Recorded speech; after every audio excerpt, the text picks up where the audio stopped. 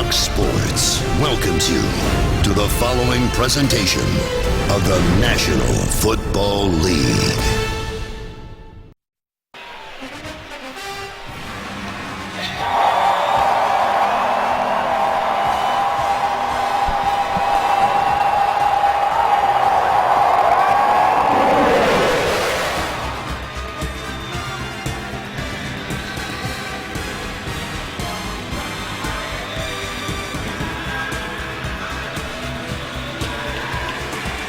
In Jacksonville, Carolina won the opening coin toss. They deferred, won the ball to start the second half, so Blake Bortles and Jacksonville will get the football first. These two teams, the Jags and the Panthers, as we check ideal weather for this part of Florida, the first coast this time of year. In fact, it's cooler and drier than it has been in nearly 3 months. It'll get up into the 80s throughout the afternoon. Ron Rivera trying to win his third straight NFC South title. Panthers actually winning a playoff game last year to advance. And Gus Bradley in his third season trying to move the Jags upward. Mentioned both of these franchises came into the league at the same time in 1995, and by their second year, both the Panthers and the Jags were playing in championship games in their respective conferences. They have not played very often. This is just the sixth meeting. As Graham Gano, who has led the NFL in touchbacks the last 2 seasons, kicks it off. 2015 for Corey Grant, who lets it sail over. And the Jags and Panthers are ready to go. Blake Bortles, 13 starts last year, didn't start till week 4. And Rondé intrigued by when he said most quarterbacks dream of throwing the big touchdown pass. I like running into somebody at the goal line and diving across. Tells you something about his personality. I think one thing very similar between both of these quarterbacks is that they're different. They're not this prototypical, I want to throw it all the time. They both can run, and we'll see some of that today, I'm sure, Chris. Rookie T.J. Yeldon starts in the backfield. He gets the carry on first down and has to fight for a couple of yards, if that.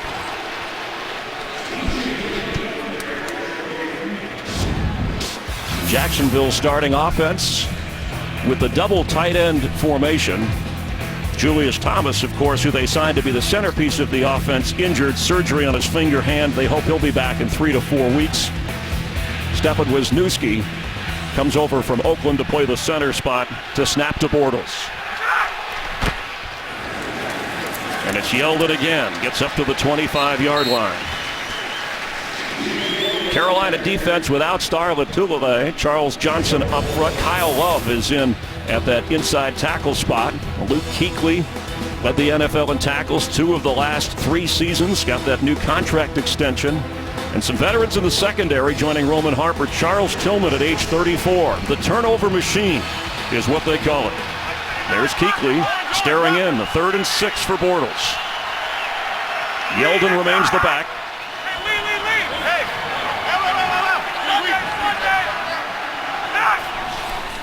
Blake Bortles with time and incomplete, out of bounds in the area of rookie Rashad Green. It's 4th down. Jacksonville started that drive, and I think they want to be able to run the football. They're going to have tough sledding against that front 7 of Carolina, who I think felt a little bad about the way they played last year and are off trying to get to a fast start. Brian Anger, 2nd in the NFL in gross punting average, standing at his 10. And Ted Ginn back with the Panthers, back to receive the punt. Fair catch waved for right at the 30-yard line of Carolina. An early stop for the Carolina defense to set up Cam Newton. And as you mentioned, he missed the opener last year, won by Derek Anderson at Tampa. But the numbers, no player in his first 4 seasons has had more passing or rushing yards. And that's the question. Even the Jacksonville defense said, Rondé, is how much do they want to run Cam Newton today? Early in this game, we're going to have to determine how often they're going to run the read option, how often they're going to run quarterback lead, quarterback power. No other quarterback in the league does that, Chris, but you have to prepare for it. when you're facing Cam Newton. On first down, plenty of time and incomplete. The coverage was good on Ted Ginn. Cam Newton will have Jonathan Stewart. D'Angelo Williams is off to Pittsburgh. He won't have Kelvin Benjamin, who was injured. Cam was with him just the other day after his surgery and is out for the entire season. Offensive line with Michael Orr on the blind side, much improved. On second down, Cam Newton fakes and keeps and fights up to the 24-yard line. And the Jacksonville defense missing #1 draft pick Dante Fowler, the first defensive player selected in the draft. Also, Adrian Branch and Senderick Marks are out today. In the secondary, they're hoping for big plays from Jonathan Cyprien, who led the team in tackles last year.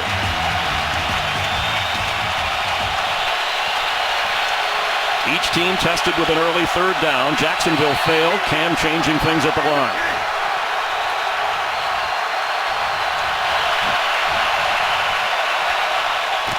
Need to get to the 40 for a first down. An on-target catch. And it is first down, Jacksonville.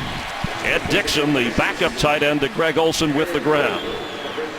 This is good progression here, too. You know, usually when Carolina gets in this formation, they put Greg Olsen away from the three receiver side. He's always getting the ball, but some of the maturity that we know from Cam Newton found Ed Dixon there for the completion in the first down. And the no huddle, not necessarily a hurry up, but no huddle, the rhythm kind of game that Cam Newton likes to get the offense going.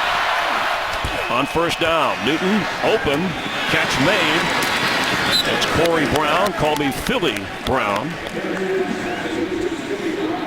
And Philly, Ron Rivera said, call him Philly, he makes catches. If you call him Corey, he's a nice young man. And they drafted Devin Funchess in the second round, but there are some big question marks about the receivers, not from the Panthers inside the building, but fans outside. Plagued by drops all preseason was Philly Brown, or Corey Brown. Philly Brown comes into this game, gets his first catch of the game thrown at him, changed his number after the preseason.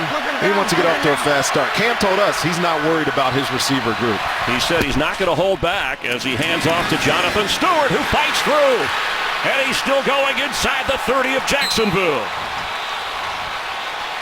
You know, when Carolina had that 4-game stretch at the end of the season where they won 4 games in a row, it was because of their running game. Every single week they were getting around 100 yards per carry, and a big impetus to that was Jonathan Stewart. Getting this interesting, Chris. First time in his career he's been the feature back. He's always had to split time. We'll see a lot of him today. A 22-yard run from the 27. Stewart carries again and gets inside the 25. Stewart had that strong finish in his final 5 games. He averaged 97 yards a game.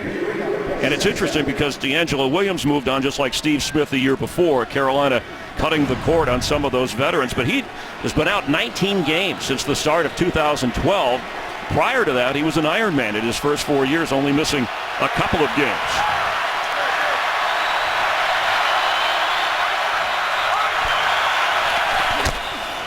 Cam Newton hands off again to Stewart, who gets near the first down and is wrestled out of bounds, and looks like he has it at the 15-yard line. Paul Posluszny making the play for Jacksonville. Read option type play here, and one thing to note here was a big point in the preseason. Watch Cam get hit there by Chris Smith. When he's in that posture, when they are going through the read option look, he has no protection under the rules, and he's going to get hit a lot today if they run a bunch of read option. Rookie Cameron Artis-Payne checks in at running back. He wears number 34 on 1st and 10. Cam Newton fires, incomplete, just off the fingertips of Jericho Cotchery, who the Jags say has the best hands of any of the receivers on this team. Lined up against Devin House, and one of the free agents that we talked about in the open from Green Bay. And Devon House likes to get those premium matchups. He was really looking forward to having a Kelvin Benjamin matchup when he looked at the schedule earlier in the year. And Gus Bradley said he's got to raise his game regardless of who he's covering. Cam Newton on second down, incomplete for Ginn and floating in the end zone. A little too much on that. Well, and that's the problem with Carolina's receivers, I think, Chris. Yes, Ted Ginn's been around a long time, but he's never been the #1 type receiver on any team. When he was in Miami, when he was in Arizona, and this ball is delivered right in his chest. Should have been a catch, should have been a first down for Carolina. We'll see if that becomes an issue as this day goes on. Fozzie Whitaker in at running back.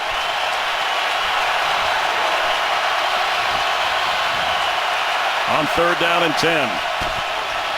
Cam Newton in the pocket, sideline throw is on target. There's Greg Olsen. His first target and catch of the game with Sergio Brown, and it's 1st and goal, Carolina. Well, just as we were talking about early in the game, he's ISO'd to the one side of the field. In this play, if you watch any Carolina games or study film, when he's over there by himself, that is his #1 target. There's a reason why he's had 84 catches and 1,000 yards last year and finally made a Pro Bowl. And he is expected to be targeted a lot more with Benjamin out. Ted Ginn Jr. in, Corey Brown in, as Stewart returns as the back. Jonathan Stewart, not a lot of running room. You mentioned with Benjamin out, who the threats. The threat is Greg Olsen. In this offense, he is the primary target, even when Kelvin was in. I know Kelvin was targeted the majority of the passes last year, but Greg Olsen is the catalyst for this offense in the passing game. And to be honest with you, he's on my fantasy team. Good call there. You have to be a genius to figure that out. Right? But the Jags said, we're going to be aware of Olsen. We're not going to obsess with Olsen, but they might have to. Devin Funchess is in the rookie, top of your screen. Stewart the back. Cam Newton keeps, floats for the end zone, and Olsen a one-handed touchdown grab. We have a flag.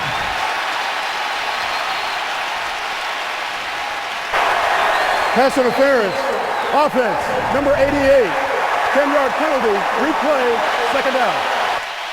Ron Torbert, our NFL referee, and the call is an offensive push-off against Olsen. Well, Greg Olsen is sitting here saying, I've been around a long time. I don't get these calls, but this is clearly pass interference. And Aaron Colvin is in good position, but at the very top, Greg Olsen got away with pushing him out of phase. And that's why he was able to make that catch. And it almost wasn't necessary if Olsen just goes further because the ball was floated deep enough. Well, if that's the matchup that they're able to get on Greg Olsen, it's going to be a tough day for the Jaguars secondary. So now, 12th play of the drive, and backed up as Fozzie Whitaker checks into the backfield. Touchdown nullified on the penalty. Cam Newton is going to go down. A sack for Chris Clemens. You know, Chris, continue to talk about the development and the growth of Cam Newton. It's the narrative every single year, but he told us he wants to get the ball out of his hands. He wants to get more completions. Well, watch 19 cross your screen right there.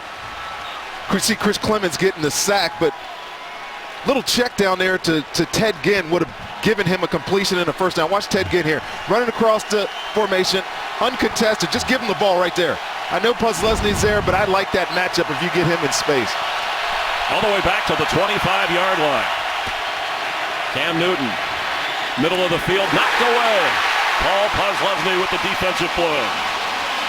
Two things that the Jaguars were able to do on defense there, and that was on 2 occasions, get them off schedule, having 3rd and long situations. They know that they can win in those situations. They can blitz. They can do a lot of different things. And this is a heck of a play by Paul Puzlesny. Him being back in this lineup this year is going to pay huge dividends for Jacksonville. Heck of a play there. Get them off on 3rd down. Once a touchdown, nullified by penalty, pushed back by the Jacksonville defense. A 43-yard field goal try for Graham Gano. And the kick is through. The Panthers take their opening drive, march downfield, and put points up. The Jag defense kept them out of the end zone. It's sponsored by Southwest Airlines. Book your low fare now at southwest.com. Kickoff weekend around the NFL, the only place with a couple of pools where you can sit inside the stadium, watch an NFL game, and take a dip. Actually not that hot for this part of the season for Jacksonville, and that's Darrell Williams, who was on the field goal unit team, who was injured on the back end of the play. And that's a big loss for them if he is in fact hurt as bad as he looked. He was on the field for a long time. Now, if we know Ryan Khalil was hurt most of the end of the preseason, and Mike Rimmers, who is the starting right tackle, is going to be the backup center, and Darrell Williams would have been the guy to come in and play right tackle. So if he's out, some of that contingency plan is kind of on hold right now for Carolina. 4th round draft pick from Oklahoma as Gano kicks off. Corey Grant the last time didn't have an opportunity, same deal this time. Jacksonville will take over at the 20 after a 3-and-out. They'll try and respond after the Panthers inflict a little pain and lead 3-0 here in Jacksonville. It was sponsored by Bud Light, the official beer sponsor of the NFL.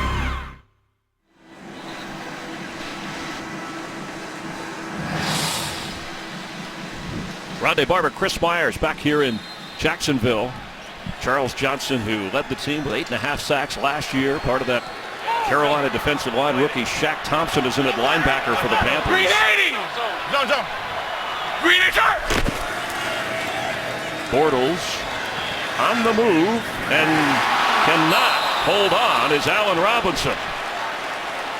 Oh man, Chris, big things expected out of Allen Robinson this year, and we know Blake Bortles is good out of the pocket. He actually put some really nice ball on Robinson here. This is as easy as they come. I don't know what he's thinking there. That's easy completion. It'll be 2nd down and 10. You do have to fear, if you're Carolina, a running Blake Bortles. He also can handle the read option. Led all quarterbacks with a 7.5-yard average on the ground last year. Yeldon. And tough running, but pushed out of bounds by Charles Tillman. Let's get a game break and say hi to Kurt Menefee. Kurt. Hello, Chris Myers. The Seattle Seahawks have gone 120 games without a punt return for a score. So they drafted Tyler Lockett out of Kansas State in the 3rd round, and he takes care of that in the 1st quarter at St. Louis. 57 yards on that one. It's 7-0 Seahawks on top. Chris, Rondé, Jennifer. All right, thank you, Kurt. The defending NFC champion Seahawks out to an early lead. And now another 3rd down for Bortles and the Jags.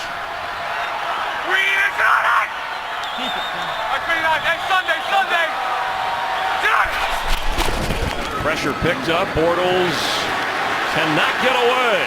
Flag down, back inside the 15. K'Wan Short with the tackle on Bortles.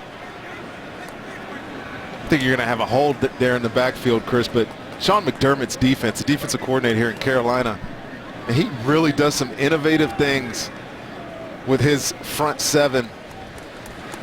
Now, there's a chance we see 3 down linemen. Illegal use of hands to the face. Offense, number 65. That penalty is declined. Result of the play is 4th down. That's on the right guard, Brandon Lindner. Look at these guys all standing up, giving confusion, causing confusion to the D-line, the quarterback trying to make his protection calls, and then just a nice effort play by K'Wan Short to get a sack there. But it started with all that confusion that they were creating before pre-snap. Jacksonville, the fewest penalty yards last year per game on average in the NFL. An early penalty here that no need to accept as Ginn has some room to run. Ted Ginn. And the punter runs him out of bounds. It took anger to keep him from getting more.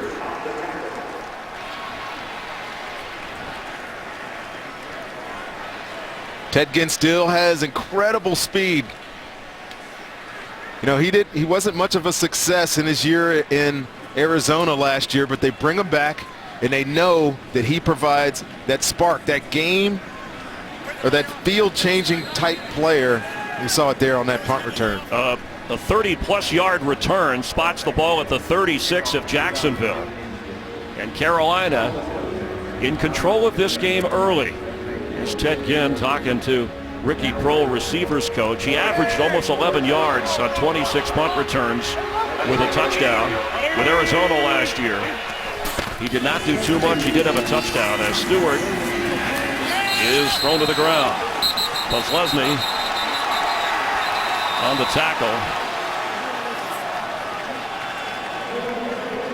Forward progress was stopped before the ball came out. It's second down.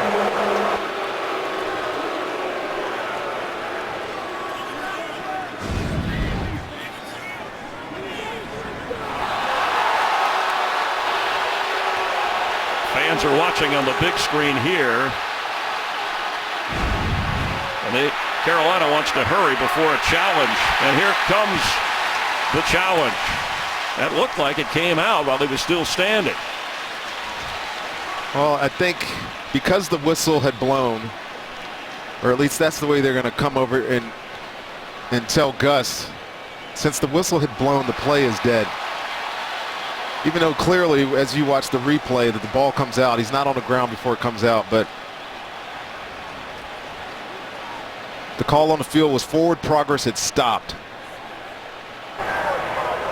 Jacksonville has attempted to challenge forward progress on the play. However, by rule, forward progress is not reviewable unless it relates to the first down of the goal line.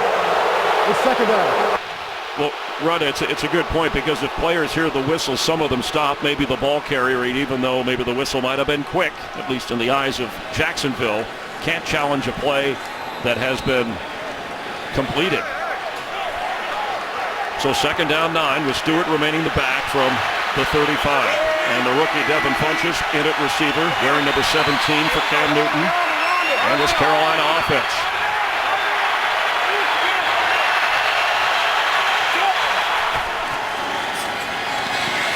Sideline throw incomplete. Intended for the second round pick from Michigan.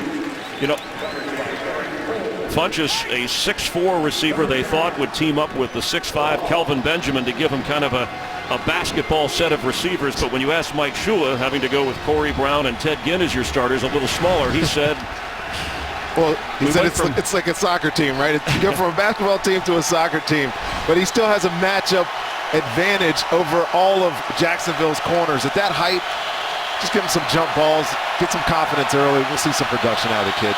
Offensive coordinator Mike Shula sends in Fozzie Whitaker on third down. Cam Newton airing it out. Wide open. And he can't hold on. Ted Ginn. Well, I know he said he's confident in his receivers, but that's the third drop now. 2 by Ted Ginn, 1 by Devin Funchess. And how does he get this wide open? I mean, that is a complete miscommunication in the secondary.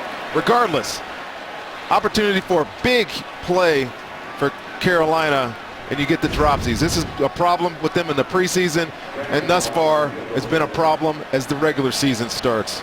Hit him right in the hand. So Graham Gano lines up for a 53-yard field goal attempt. And that's not going to make it. A little to the left.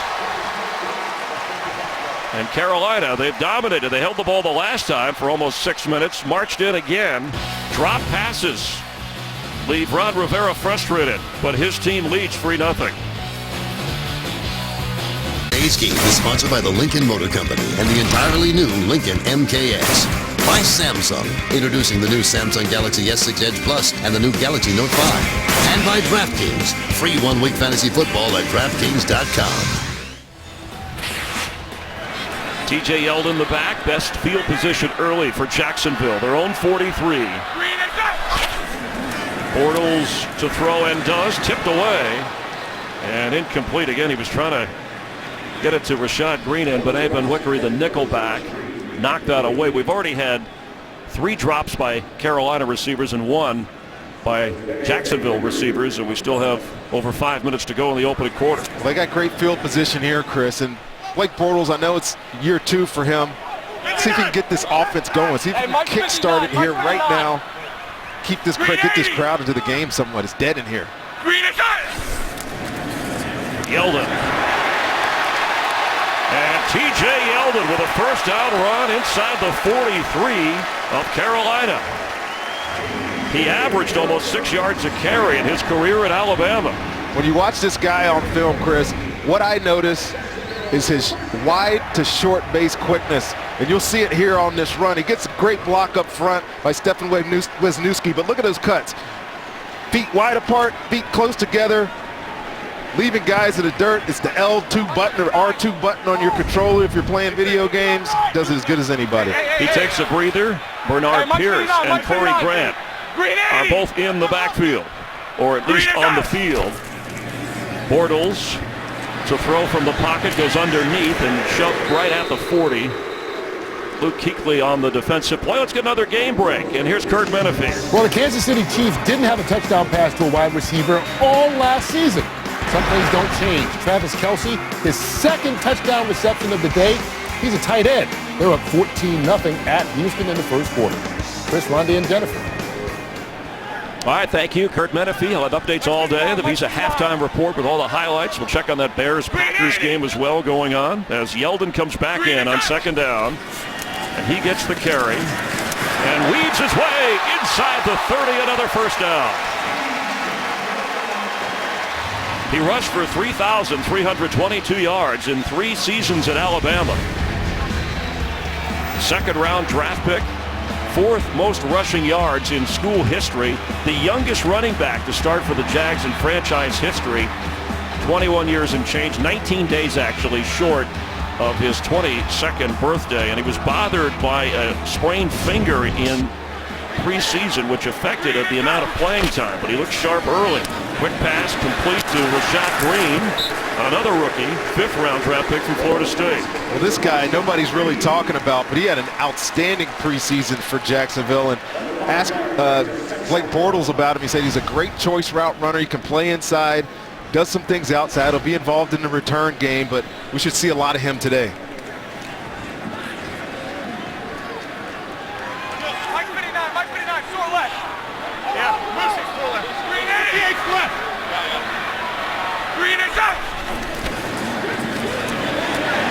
TJ Yeldon with another first down.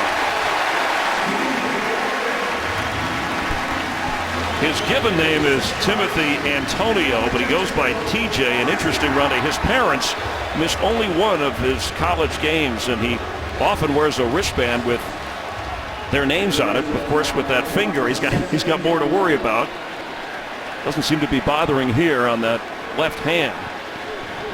5 defensive backs come in. An impressive drive for the Jags. Bortles keeps.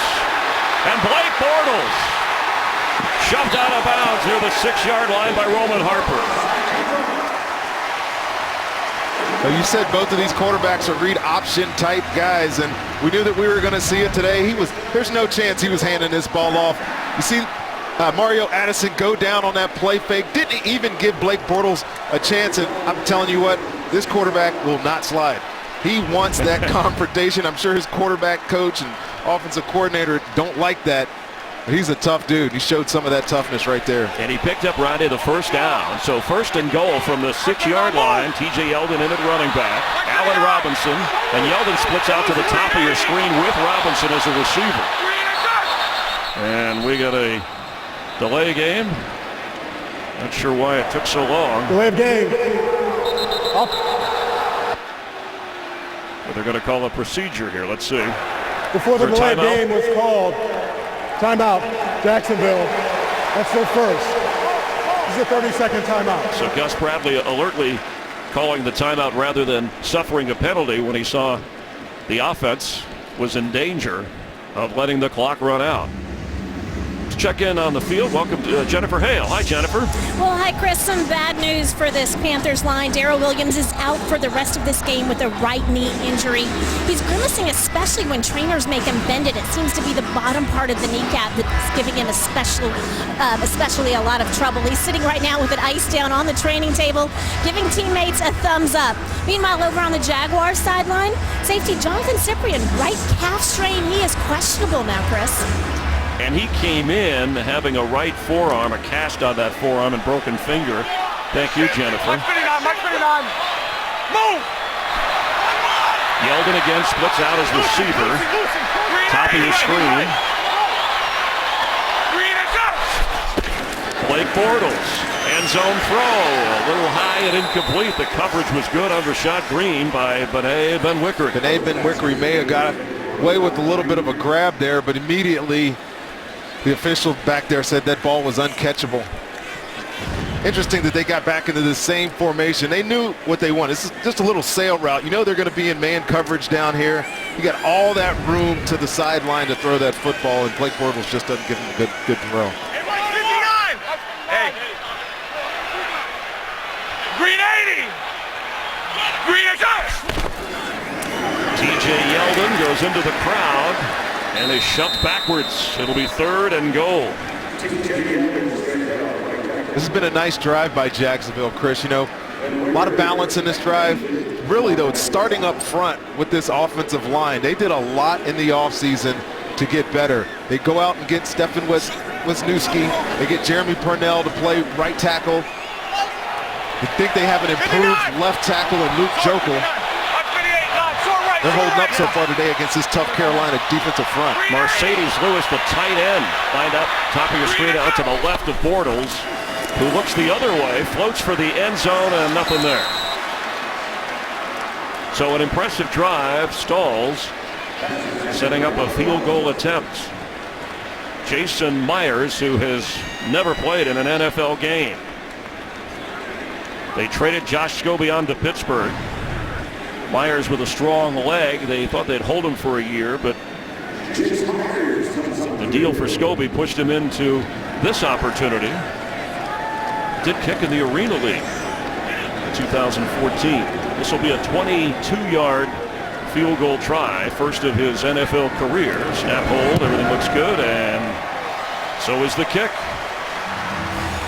We're tied at 3. That's about what Gus Bradley expected. An early defensive struggle here in the South. Jags will kick off in a moment. Hope you're enjoying your kickoff weekend. It's back to football, and these fans are keeping it cool, watching the Jags and the Panthers tied at 3. And Darrell Williams out for the remainder of this game. The rookie tackle injured on the field goal made early. Fozzie Whitaker back to receive and waving everybody away. Jason Myers, who kicked his first field goal, kicks off, and Carolina will take over at the 20-yard line. Cam Newton hoping to move them downfield. Week 1 continues later today on CBS. Then tonight with Sunday Night Football on NBC, and tune in tomorrow for a Monday Night Football doubleheader on ESPN. Panthers have moved the ball, a made field goal, a missed field goal, some penalties. Took a touchdown off the board. Jonathan Stewart the back. 3 different running backs have played so far in this opening quarter for the Panthers. That's Olsen moving around, and Stewart gets the football, and is going to cut back and cannot get away. Good tackle from behind across the 26 by Sergio Brown, and yes, Jonathan Cyprien is back on the field for Jacksonville as well.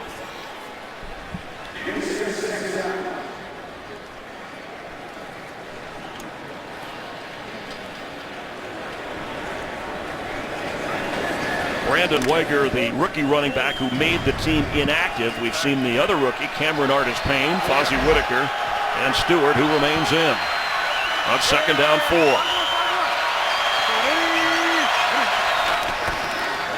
Cam Newton has it, fakes the pitch, and fights to get to the 30, where Jared Odrick brings him down. And let's see the spot. He was trying to get the first down. The first quarter is going to run out here, and they'll have time to take a look, calling it 3rd down as you see the official. And that is the end of the first quarter in Jacksonville. Our score is the Panthers 3 and the Jags 3. Fox NFL Sunday. We'll have more after these messages and a word from your local Fox station.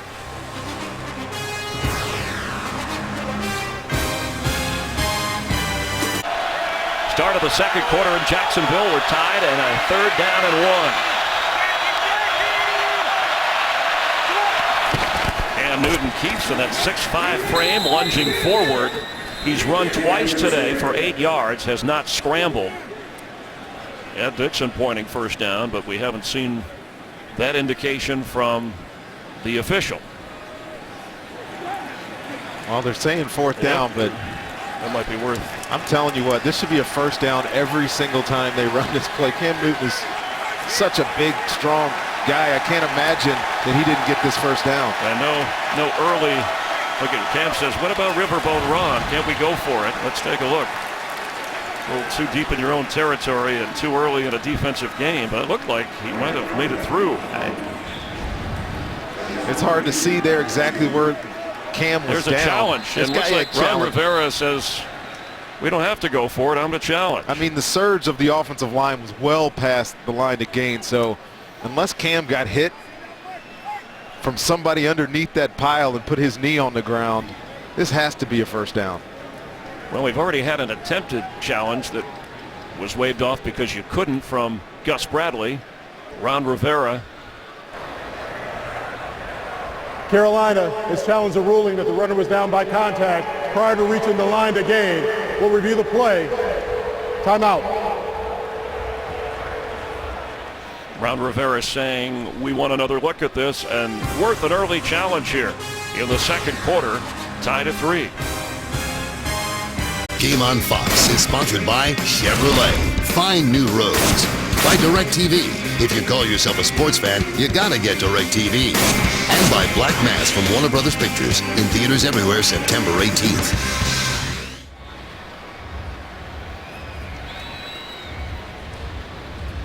Challenged by Ron Rivera.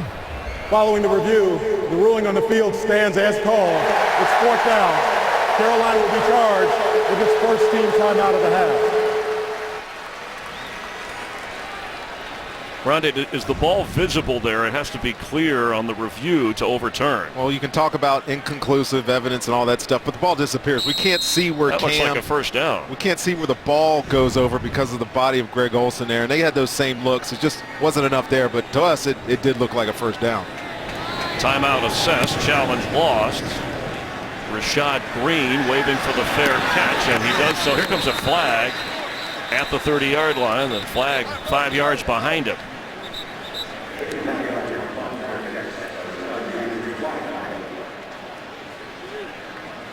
That's a big call on that review because the Carolina Panthers keep the drive going. They've had long drives sustained here, even though they only have 3 points.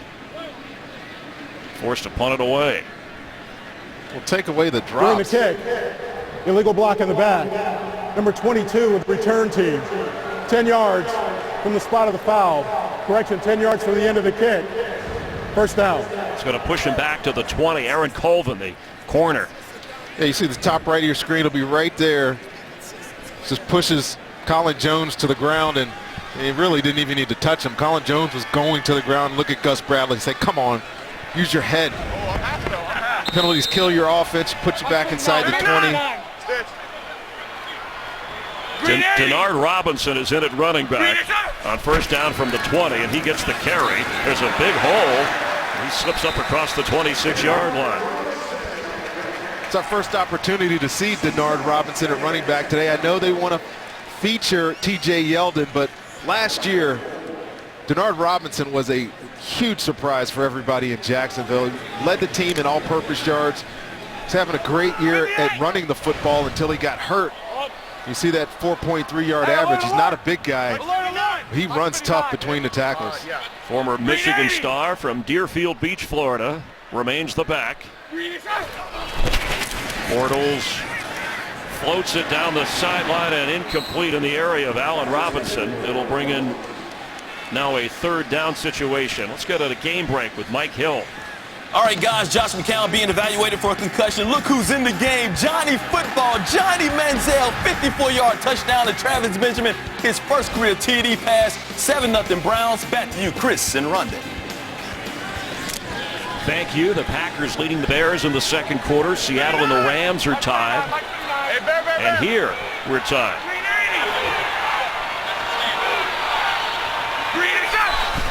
Need to get to the 30. Bortles on the move. Throws. Catch made for the first down.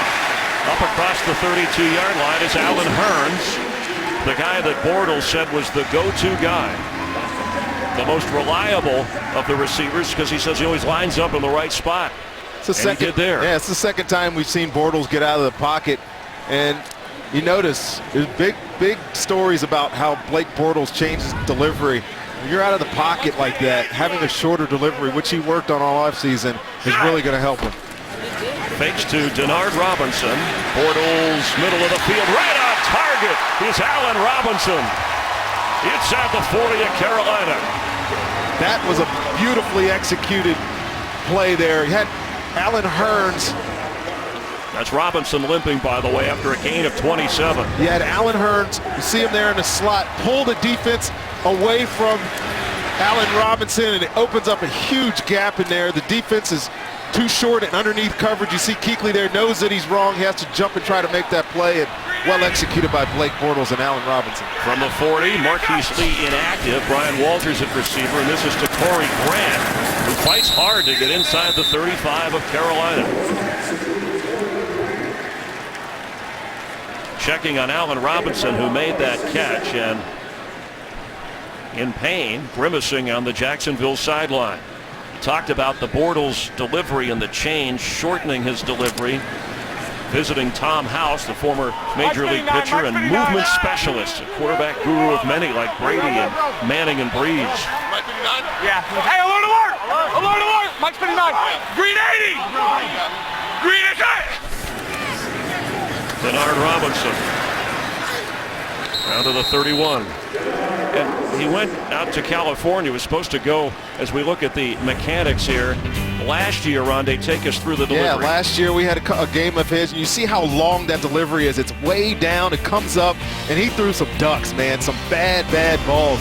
But so far today, early in the preseason, sorry they got us on a quick snap there on 3rd and short. And Bortles kept the ball for the, what looks like the first down, and it is a Jacksonville first down. Now, early in the preseason with Blake Bortles, you saw the results of the work that he did with Tom House. The release was significantly shorter. Balls come out much more crisp. And Nate Hackett, his quarterback coach, give him a lot of credit for the things that he did in the offseason. The offense is better. He feels more comfortable, and I think we're going to see some of those results this entire season. Quick pass caught by Allen Hurns, and Allen Hurns is down to the 15 of Carolina. One thing that delivery does is it allows him to be more accurate in less time and using less energy or less wear and tear on your body, and he's throwing darts instead of floaters. Well, he definitely is. You saw that one wobbly pass he threw on that highlight reel we showed you guys all preseason. Nothing but crisp, sharp passes, and he'll throw the occasional bad throw. But the guy's mechanics are so much better, so much more efficient, and he's a better quarterback because of it.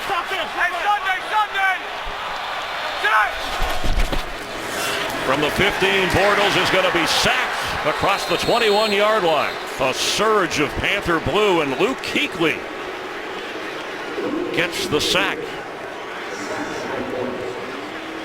Luke Kuechly does a lot of covering in this Carolina defense. You see him right here in the middle of your screen. And this is just a little delayed blitz. He has Denard Robinson in coverage. So when Denard Robinson blocks, he's able to replace into the pressure and gets a sack on Blake Bortles. And when you asked Bortles what he saw when he looked at 59 out there in the Panthers, he said a rich guy. Pass is caught by Allen Hurns, who will fight. Ball comes out on the end of the play, that extra effort.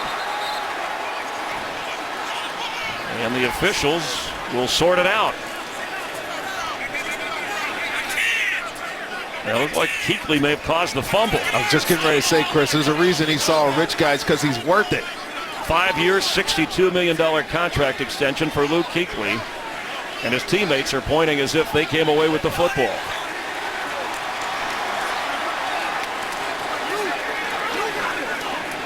Of course, the NFL says, yeah, the official says yes. Panthers have it. You'll see Kuechly there right in the middle of your screen as Allen Hurns tries to get it. It wasn't Luke Kuechly. It was Josh Norman. Kuechly was there in the original hit. This is one thing Carolina has been preaching to themselves, is creating turnovers, recovering fumbles. They had a bunch of them last year. Not sure why they're still. Looks like some people are pushing and shoving over there, and Hurns is upset. He lost the football. Check the official. And remember, this year the NFL has a special emphasis on people as he gets knocked down. He's okay. On people peeling back on the pile because they think it leads to skirmishes and altercations. Bottom line is, it's a Panthers takeaway. First down, Carolina. Josh Norman recovered the fumble, both he and Kuechly causing it. Alan Hearns couldn't hold on, so the Panthers take over with Jonathan Stewart in the backfield. Cam Newton backpedaling and connects to Stewart. Run out of bounds by Dan Skuta, and the official, he's okay. That's the side judge, the Scott Edwards, who is knocked down, but look who's quick to help him up. Yeah, you know, this is, I mean, there comes Jonathan Stewart. Old guys and hang around these big tree-like football players, Jonathan Stewart and Greg Olsen. Good guys. Help this guy up on his feet. Cam Newton to throw again. Right on target for a first down. Pushing his way up to the 33-yard line is the rookie Devin Funchess. 6'5", 225 pounds, and battled a hamstring through some of the preseason. He'll probably be a starter within a couple of weeks at the receiver spot. And they go to the line without a huddle.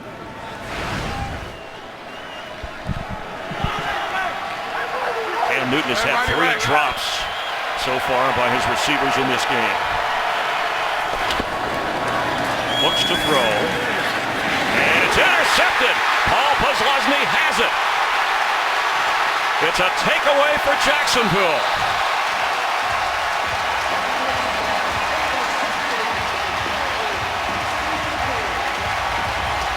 You know, this Jaguars defense did not do this at all last year. They didn't do it in the preseason. But this is a huge turnover by Paul Posluszny, and Cam Newton gets plenty of time in the pocket here, and he just doesn't see number 51 sitting underneath this route. Look at him get up on top of that ball and make a great interception.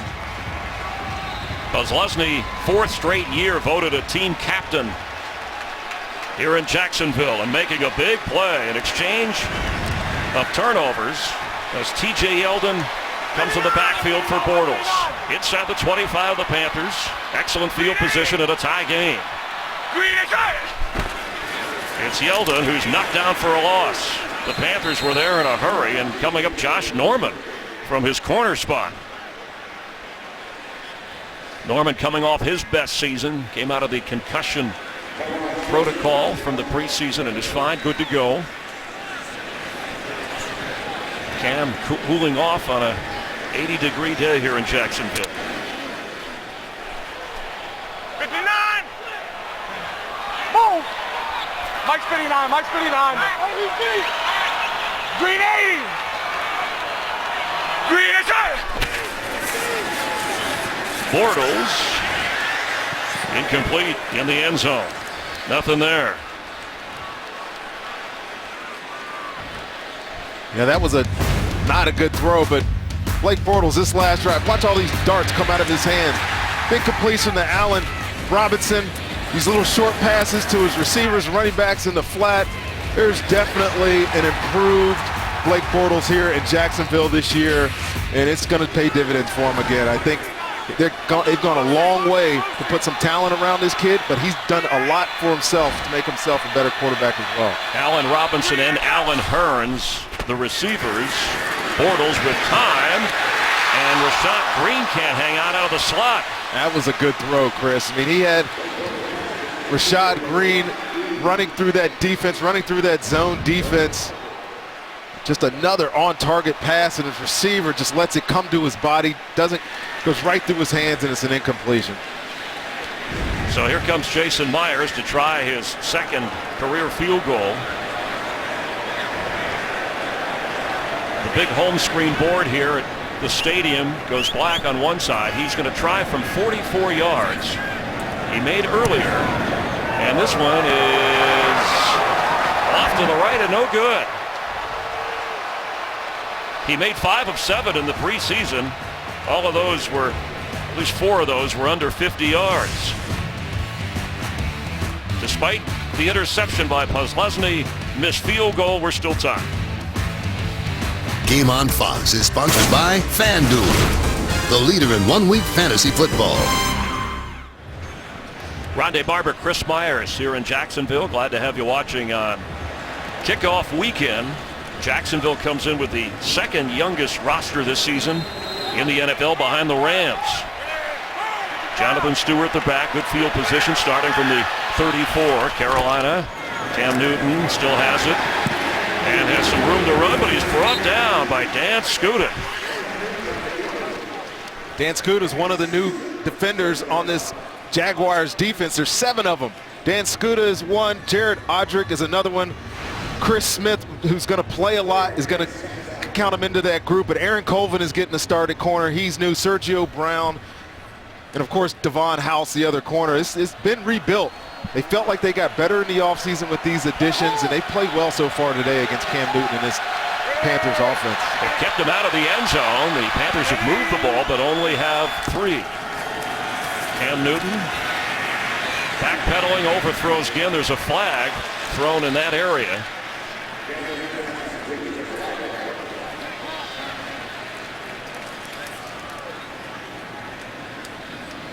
Ted Ginn. Prior to the pass, holding, defense, number 22, 5 yards from the previous spot, automatic, first down.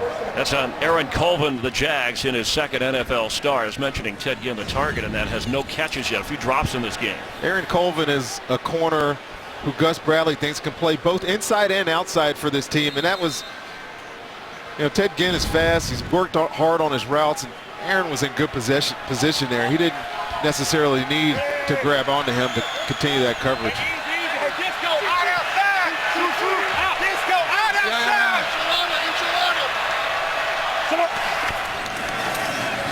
On first down from the Carolina 43, Cam Newton tries to flip it and does to Ted Ginn, who makes the catch and goes out of bounds for another Panther first down. Really good patience right there, Chris, between quarterback and receiver. Because as he started to boot out of that pocket, that play looked like it was going to get covered up. He waited till he got behind the defense and made a good throw. Spotted at the 40 of Jacksonville. Cam Newton has run 4 times for 12 yards. He's 6 of 13 in the air, suffering an interception.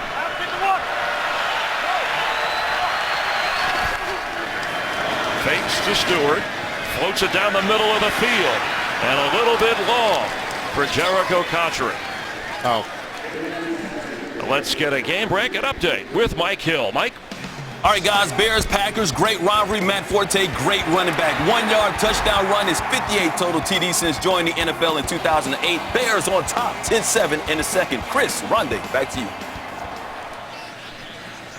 All right, thank you. It looks like we have a member of the Panthers. Turner, the right guard, is injured down on the field. They will check on him, and we will have more in a moment. Trey Turner checked for a concussion. Chris Scott in at right guard. Already Darrell Williams is out of this game, the backup tackle for Carolina. Jonathan Stewart, leading rusher in the game, fighting hard to get down to the 34 of Jacksonville. Michael Orr, the left tackle, first year with Carolina after Baltimore and then the Titans last year over on the blind side. We had such a tough time when he was in Tennessee. He had toe problems, but so far today, as I've watched him, he's been great in pass coverage, been effective in the run game. Reunited with his first coach, the coach he had in Baltimore, Matsko, and he showed great in the preseason. I think they're really high on him. 3rd down 3. Trey Turner comes back in at guard. Stewart's the running back. Cam Newton looks downfield, flips to Stewart, who has the first down. Hit initially on the other side of the 30 by Jonathan Cyprien, but pushed forward to get the first. That was really good by Cam there. He moving out of the pocket, really looking down the field to deliver this football, but he told us that he's looking for completions. That's the way you do it. There's a check down in almost every single passing route, and he found it right there in Jonathan Stewart, and they were able to convert on a first down because of it, because he didn't force the ball down the field. Yeah, find the completion is his philosophy. Wants to get to a completion percentage up near 65-70% for the year. For his career, he's just under 60 as Carolina uses a timeout and threatening to add more points in a 3-3 game. They've moved the ball a lot. As we welcome you inside our booth here in Jacksonville, kickoff weekend. Great that football is back. Seems like Carolina has dominated, yet we're only in a tie game. Well, the turnovers have made a difference. I think Carolina, early in this game, they were dominating, but the drops killed them. They were in scoring position on a number of occasions. Drops by Ted Ginn hurt them. And really, Chris, since then, I've seen them getting a lot more two tight end sets, run the football, a lot of play action, boot out of the pocket, trying to something that they know that they're comfortable with, and they continue to move the ball down the field. Waiting for an explosive play from one of these offenses. They fake to Brown, they flip to Whitaker, and Fozzie's knocked out inside the 25-yard line. Really good job by that Jags defense on that play. That was a long, developing Philly Brown on the fake reverse. Cam Newton spinning out, trying to get a quick screen to Fozzie Whitaker, and Jacksonville was all over it. His defender didn't move from Fozzie to make the tackle immediately. Philly Brown in for the speed. He's at the top of your screen. Whitaker the back on 2nd and 5, and Philly Brown knocked to the ground by Dwayne Gross.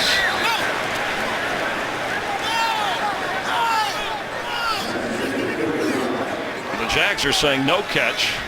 Carolina says he caught it and he took the hit. He took a big hit, but he held on to this football, Chris. This was, and they know they're not going to let him challenge it. First down. That's Whitaker with nowhere to go. Carolina was quick to take that snap. Yeah, we'll take a look and see if he did. You see he's at the top of the screen there running a slant. They faked the bubble, but he's coming to this slant the whole way. And from that picture, it looked like he did hold on to the football. Showing good hands. Yeah, today he caught the first ball delivered to him in traffic there. He knew he was going to get some contact. He held on to it again. Jonathan Stewart, the running back, splits out as a receiver all the way at the top of your screen. Clock running, Cam set to throw, and Newton delivers on target to Mike Tolbert, who is knocked down at the 12-yard line. Mike Tolbert is so invaluable to this offense. You know, last year when they had some struggles on that side of the ball, he was injured. He was injured a lot of the season. But because he does so much, he plays the fullback, he plays the U tight end. When he was hurt, they had to have other people do his job. And now that he's back, this offense is much more efficient. Greg Olsen has been thrown to just twice. He has one catch and then an offensive pass interference penalty. It's about time in the red zone. That's where they like to go to him on 3rd down. Cam Newton is going to keep and fight to get near the first down. No other quarterback in football runs these plays, Chris. It's just a quarterback lead. You know, you ask Mike Shula, and they have quarterback power, quarterback lead, all these things that you do with two backs in the backfield, they're able to do with this big, giant quarterback of theirs. And he got close to a first down there.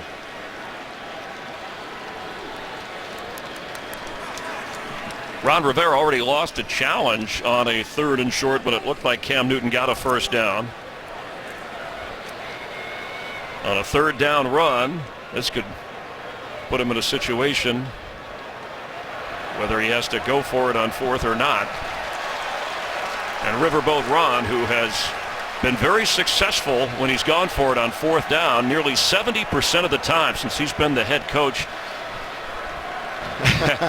he doesn't really take to the nickname, but I think he enjoys the analytics and then the gut feeling. He puts it all together. He does, and I think his gut feeling is telling him to go for this right now.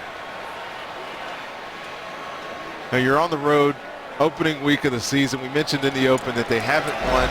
Why not take a chance here, Chris? Cam Newton told me when I want him to go for it, I just give him that look. And he went over to the sideline and gave him that look, and Cam Newton in the offense is staying on the football field. There's Mike Shula there in the booth. Got a lot of plays that they can run down here.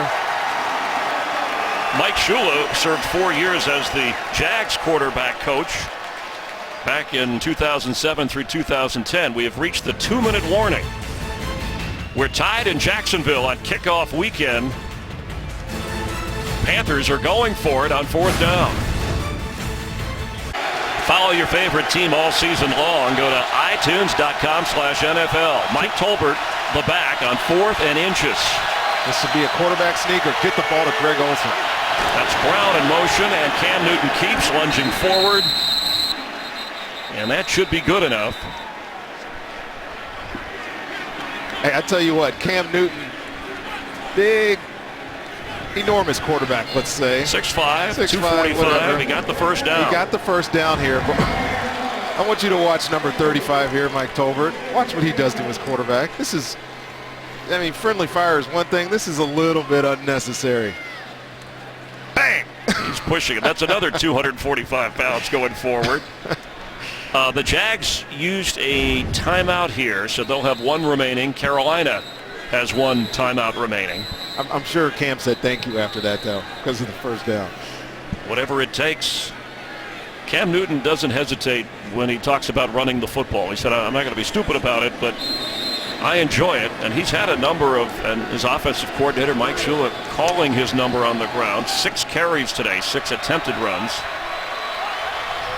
Stewart in the backfield, a big one there to get the first down. The big red zone threat is Greg Olsen. He's sitting right there in the slot. See if they try to get him the ball here. Cam Newton to throw, fires in the end zone, touchdown, Jericho Cotchery. The Panthers get 6. Well, I had my eyes on Greg Olsen, and so I think the Jacksonville Jaguars had all their attention on Greg Olsen as well. And Jericho Cotchery, the most sure-handed guy, receiver at least on this football team, gets the touchdown from Cam Newton. And whether he's on the road or home, looks for Panther fans and hands the football away. There's quite a few Carolina Panther fans here in Jacksonville. Graham Gano will try the 33-yard extra point. 93% made in the preseason from this new distance that can also be blocked and returned for 2 points, which has not happened so far this season. Cam Newton breaks the 3-all tie with a laser to Cotchery, and the Panthers lead 10-3. Cam Newton producing the first touchdown of this game, and Cotchery on the receiving end. Somebody had to step up, and that was the question with Kelvin Benjamin out for the Carolina receivers. Who would step up? Cotchery sure-handed on that one, and so is that fan. It's only about a 5.5-hour drive from Charlotte to here, and there are some Panther fans rooting. They made the drive that are here in person.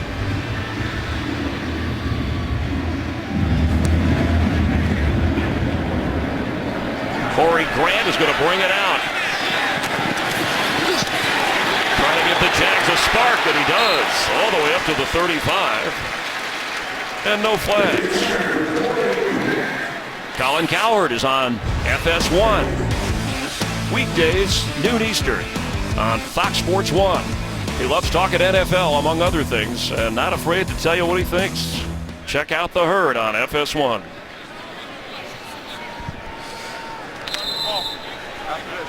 Fans watching closely as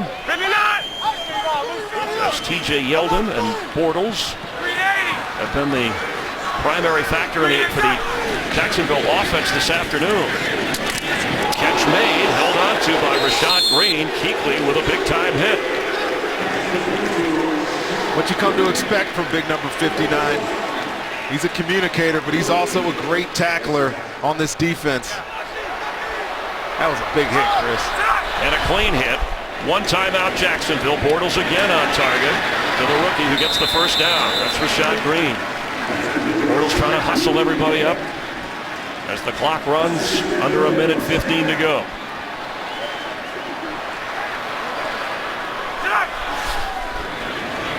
Time in the pocket underneath Yeldon, and that's going to chew up the clock. And again, Kuechly was there. Kuechly went down right after he made that tackle. He went right down. Slow getting up. It's Luke Kuechly, and now back on the ground.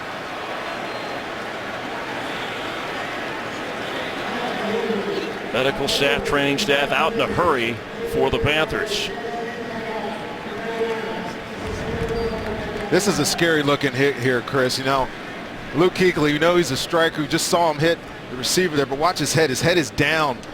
And he's just immediately he succumbs to whatever it is that's happened to him. Tried to get up and fell back to the ground on 2 separate occasions. This is not what you want to see if you're Carolina, if you're a football person. That was a scary looking hit there, Chris. Just celebrated the contract that we talked about, 5 years, $62 million, and being helped up as the Panthers are charged the timeout with the injury. And that's a good sign. He's talking. He told us that he loves to talk, even out on the field, even when nobody's listening. He doesn't like silence. Makes him feel better, play better. And even walking away after an injury, still talking to his teammates. I got to imagine, Chris, just by the looks of that he's going straight into the concussion protocol over on the sideline or in the locker room. Without Kuechly, A.J. Klein will go into the middle now on this defense. Thomas Davis is still in the football game. He's the other linebacker. Bortles throw in traffic, but it's caught for a first down at the 40 of Carolina. And Rashad Green has been the target this drive for Bortles, who is now 11 out of 19. There's room to run, and Bortles is going to take it and get out of bounds. A terrific play when you take into consideration field position, time on the clock, and the score of this game. Really good job by Blake Bortles stepping up in the pocket. But watch his right tackle, Jeremy Parnell, who they just got from Dallas, handle that edge pressure and create a lane for Blake Bortles to get out and get that first down. Again, when you think of all the running quarterbacks, Cam Newton, Russell Wilson, he led everybody last year in the NFL, averaging 7.5 yards a carry. Picked up 12 there. And sidearms it to Yeldon underneath, who slips a tackle and gets out of bounds at the 25. And there you go again with T.J. Yeldon. I told you about the wide base, small base, and there's Luke Jokel getting hurt, but he goes down to the ground. They're going to have to take a timeout here. And that's the last timeout for Jacksonville. See what's coming up on the Visa Halftime Report with Kurt Menefee. Coming up on the Visa Halftime, the Chiefs show J.J. Watt and the Texans some hard knocks. Andrew Luck and the Colts off to a slow start in Buffalo. And Johnny Manziel not only plays, but does something he's never done before. It's all coming up on the Visa Halftime.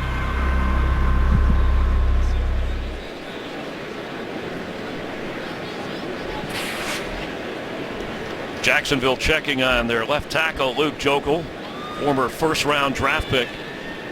And looks like Sam Young may come in to take that spot. Luke Kuechly left moments ago. We will check on these injuries and have a full report, if not by the half, certainly to start the second half. And you see, because of the injuries, timeouts where teams were forced to use those, so no timeouts for Jacksonville or Carolina. Mike Hill has another game break. Mike? Hey guys, Chiefs all over the Texans today. Jamal Charles, he can do it all. 7-yard TD catch out of the backfield from Alex Smith. It is 27-9 down in Houston at the half. Chris and Rondé, back to you. Thank you very much. The Packers and Bears are tied nearing the half. Seattle and the Rams tied at the half. And here a 7-point Carolina lead, but the Jags threatening. 26 seconds remain in the half. Bortles for the end zone and on target. It's a Allen Hurns touchdown. Yes. No. Did he step out of bounds? The official put his arm up and then waved. They're going to discuss it. The catch was made. He may have stepped out before. This was a now they're saying no. I got to put this incompletion right on Allen Hurns. This ball is right where it needs to be. He just gets a little lazy with his feet here. He got him in. That's a catch. Those are, but he did not get into the end zone. It's a catch. That is definitely a catch. And of course, that will be reviewed automatically. From up here, it looked like he got a little lazy and just let his feet fall out of bounds. But looking at that replay, the right foot is on the ground when the ball is in his hands. His left foot clearly gets in bounds. They'll review this and see.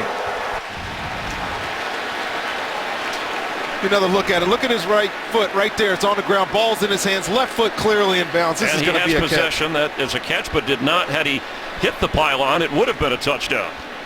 Watch the official right there, watching closely. Well, the only thing to consider here is possession of the ball. His feet are clearly in bounds there by that angle that we just saw.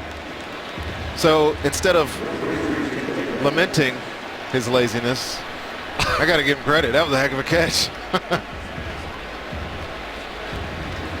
Our rules analyst, Mike Pereira, watching all the games with us back at the Fox Network Center in Los Angeles. And Mike, how did you see this?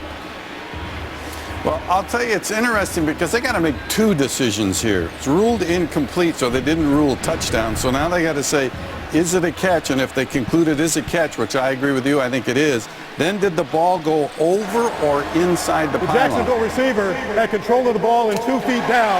It is a completed catch. It'll be Jacksonville's ball, first and goal on the half-yard line on the right half. And so the key here, guys, by the way, the key is now since they've ruled this a catch and he goes out of bounds, does he get the ball over or inside the pylon, which was what he has to do.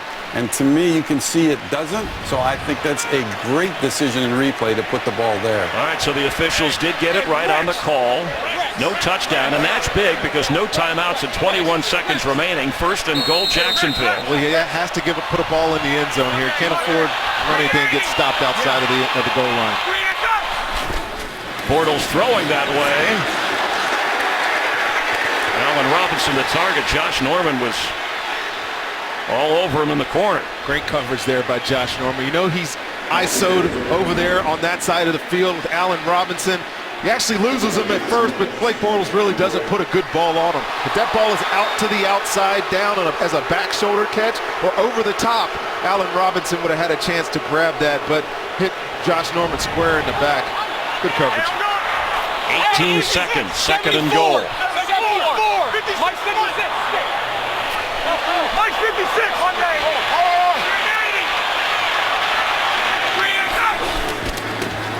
Blake Bortles, end zone catch made, touchdown Rashad Green for the Jags. And the rookie who helped move him downfield on the receiving end of the Bortles touchdown pass in his first career NFL kickoff weekend season opener. Rashad Green has been the receiver that Blake Bortles has been relying on all day here. See him right there. It's the third receiver, and this is a bullet, man. This ball comes out so fast. Josh Norman doesn't even have a chance to react to the throw. Look how tight and compact that delivery was, and a really good catch by Rashad Green. Jason Myers, who missed on a long field goal with the lengthy extra point, and that's what the NFL, despite 93% when they moved it back, snapping it from the 15, this miss will play big. You know, we asked Gus Bradley, had he considered the 2-point, 33-yard field goal conundrum that's now presented him. I think when he goes into the locker room, you know, down now a point, it changes the dynamic, right?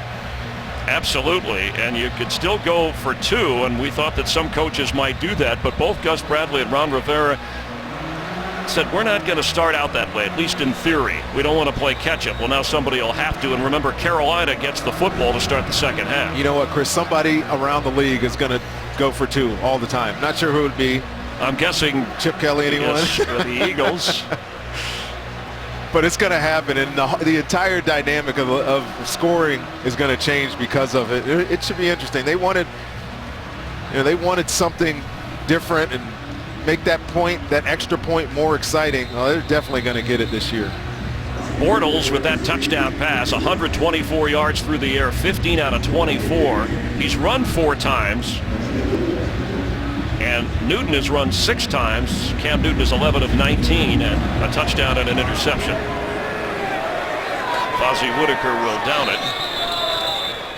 We have 14 seconds to go in the half. Saturday, a full day of college football across the Fox network, starting as Tulsa takes on 19th ranked Oklahoma on FS1, and then Oklahoma State in action against UTSA. A clash between Cal and Texas on Fox. BYU squaring off against UCLA. That's back on FS1. So Saturday, it's college football on Fox and FS1. We hope you tune in. Well, it's about the kind of game we figured, as they'll run the clock out. Get the ball in the second half. A couple of touchdowns late in what was a battle of defense and field goals. It was. But you know what I noticed from both of these quarterbacks? When they had to get 2-minute or the no-huddle type offense where they're making the plays at the line of scrimmage, they were much more comfortable. Saw Cam move the ball down the field like that. Blake Bortles in that last drive right there was really comfortable delivering the football. So don't be surprised if we come out at halftime and we see both coordinators put that in there. Halftime score, Panthers lead the Jags 10-9. Coming back, the Visa halftime report with all the highlights and scores from kickoff weekend. We're glad you're watching the NFL on Fox. Panthers expecting to receive the kick from Jacksonville with a 10-9 lead to start the second half. Today's excitement is brought to you by Nissan and fans everywhere optimistic and excited about their team. It's kickoff weekend, and for Carolina, back-to-back division titles and a playoff win. For Jacksonville, hoping to build in the right direction. Opening day. Always an optimistic time, and that was today's excitement brought to you by Nissan. There has been some excitement in this game as Cam Newton suffered an interception. Turnovers even. Blake Bortles, a late touchdown pass in the second quarter, but then the missed extra point by Jason Myers in his first NFL game, and there he is. Also a missed field goal of 44 yards. Otherwise, the score would be different.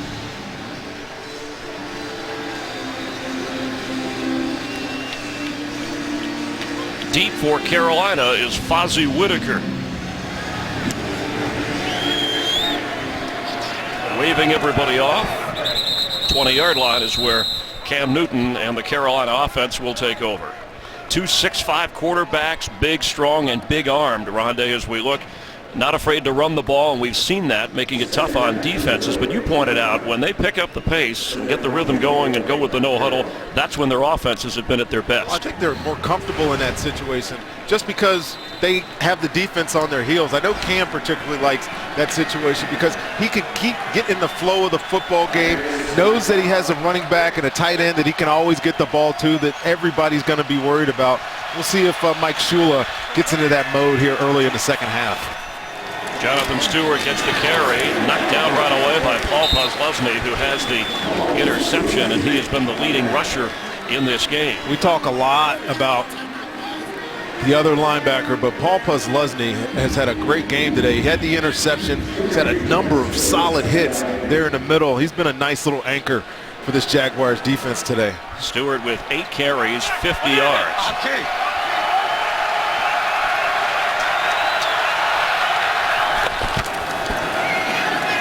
Cam Newton with plenty of time and throws into a crowded set of 4 people, and Ted Ginn on the receiving end could not hold on. Let's check in with Jennifer Hale.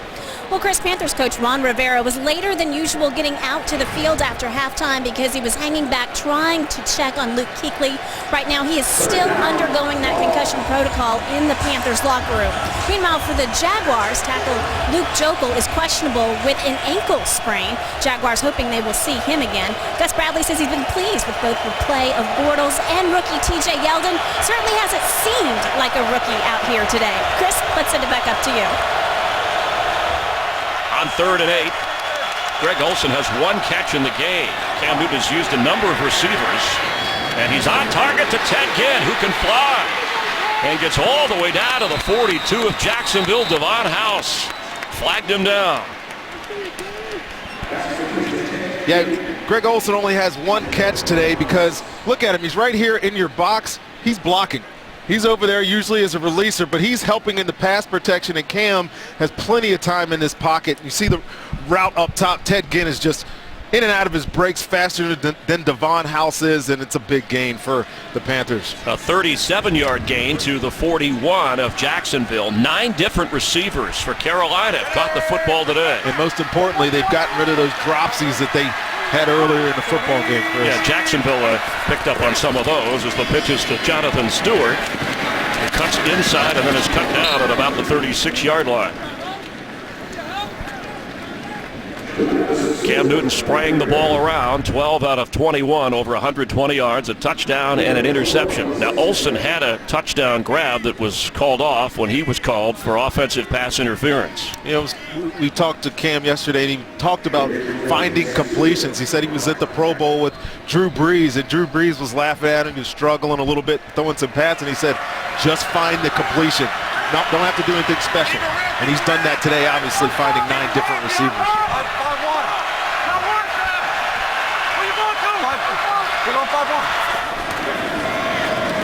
Cam Newton has it, and the Panthers, with Jacksonville closing, Telvin Smith couldn't shake Cam loose. I know Cam had a couple of breakout runs earlier in the game, and this isn't going to work against Jacksonville. They know that Cam Newton has to be a big part of the running game today. And look at all 3-4 guys here ready for him to keep that ball. A 5-yard loss. And there's Tyson Alualu, who's having to play 3 technique for Derek Mark, who's out with an injury, and he's had a tough game in there today. On 3rd and 11, Cam Newton is going to be eventually brought down by Dan Skuta. Standing there like a statue. Skuta couldn't get him down, eventually gets the sack. Well, Cam held on to that ball a long time, and Dan Skuta, the perfect auto, as Gus Bradley likes to say. He's actually down here in a stance. What's an auto? He's a stand-up linebacker on 1st and 2nd down, but when they get in these predictable 3rd down passing situations, he puts his hand in the ground, much like he did last year when he was in San Francisco, and he runs through that block and gets a sack on Cam Newton. And the auto is the Sam linebacker in other people's vernacular, but he's a very variable guy. He does different things. Brad Nortman with a high hanging kick and a fair catch called for, lets it bounce and roll into the end zone. A break for Jacksonville as their defense, after getting pushed around a bit, forces a punt, and now the offense will take over on the 20-yard line. Game on Fox is sponsored by Southwest Airlines. Book your low fare now at southwest.com. By Hyundai, an official sponsor of the NFL. By Burger King. Try our Oreo Red Velvet Shake. Now you can have your cake and drink it too. And by Miller Lite. When it's game time, it's Miller time. Two-time Pro Bowler Luke Kuechly remains in the locker room being checked for a concussion. So A.J. Klein in the middle with rookie Shaq Thompson and Thomas Davis at linebacker. And on 1st down, the rookie T.J. Yeldon for Jacksonville across the 25. It'll be interesting to see how this defense functions now with A.J. Klein starting in middle linebacker. He was the Sam linebacker for this team last year. They drafted Shaq Thompson out of Washington, and he is a really unique player. Built more like a safety, but can do a lot of different things. And he started this game today. They're still athletic, but it's not going to be the same without number 59 in the middle for them. So now they go with 5 defensive backs, and Yeldon is brought down right at the 25. A.J. Klein got there first. Let's check in with Jennifer for more on Luke Kuechly. Well, Chris, unfortunately for the Panthers, not good news. Luke Kuechly did not pass his concussion protocol test, so he's out for the rest of this game, Chris. All right, thank you for that update as Ron Rivera looks concerned. Josh Norman had to go through the concussion protocol prior to this game. As did Charles Tillman. They've had some issues with it in the preseason. Now they're starting middle linebacker in it now as well.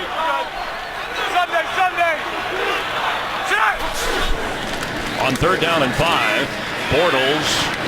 Oh, did he hold on to that? Alan Hearns falling to the ground. And Bortles hanging in the pocket for a 1st down catch. This is a good matchup out here with Josh Robinson versus Alan Hearns. Alan Hearns is not the quickest or swiftest. That is pass interference, first of all. But what an outstanding catch by Alan Hearns. Good throw again by Blake Bortles. Gain of 11. Alan Hearns, 6 touchdowns last year, a Jags rookie record. You know why he's Mr. Reliable if you're making catches like that for your quarterback. Bortles, here comes a flag, and he's going to run. And This may be brought back. Good enough for a first down pending the flag, which was there's 2 down back in the area. Holding. Offense. Number 76. 10-yard penalty. Replay. First down. Of holding, where Luke Jokel has come back into the game, and now he's down again. Oh, Luke Jokel is holding because he's struggling out there on that ankle. Luke Jokel is right here on your screen and working against Mario Addison. He has no base, no power. You see how he's struggling just to stay on his feet.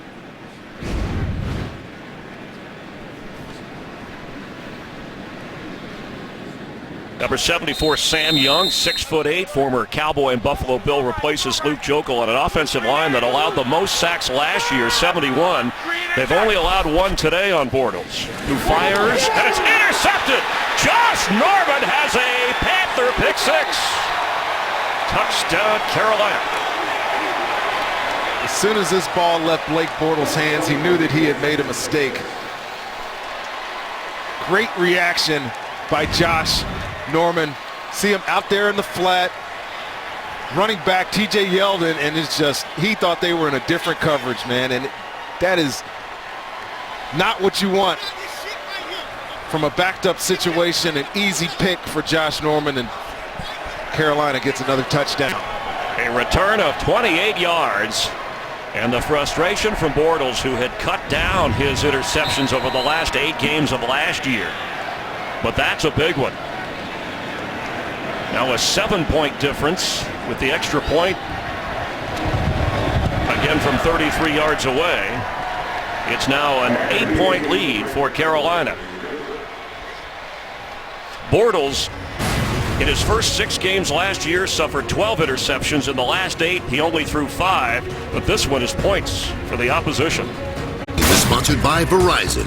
Watch live local games with NFL Mobile, only on Verizon.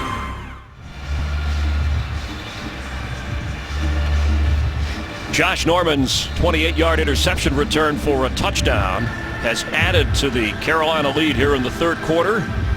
Gano, Mr. Touchback, kicking off. Corey Grant, if he has the chance, it's going to be through the end zone, so 20-yard line.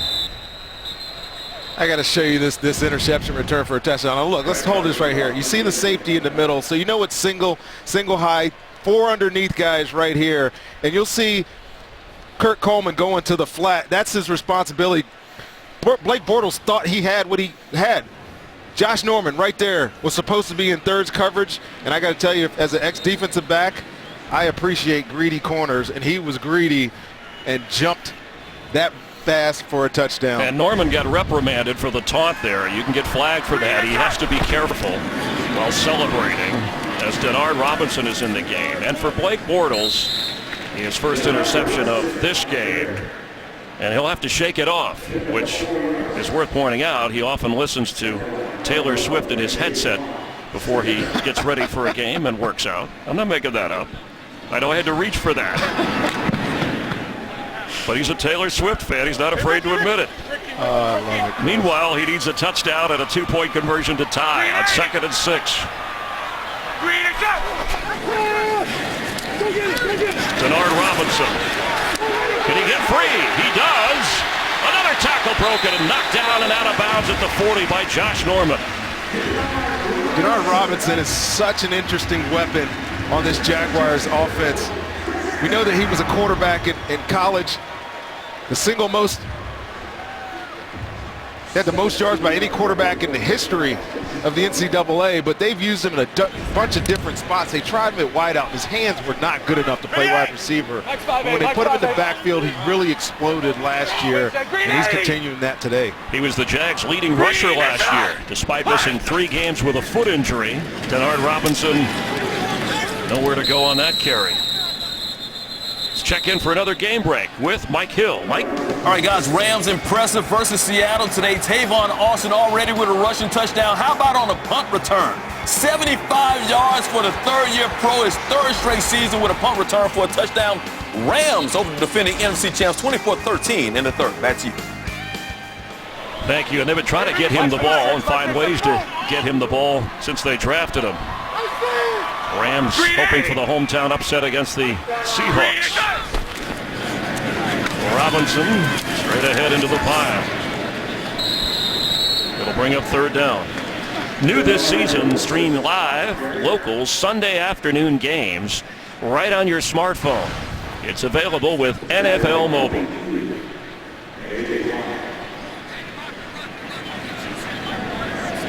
And I'm sure that's what that fan or those fans are doing. If you have a waterproof phone, 3rd and 6 for Bortles.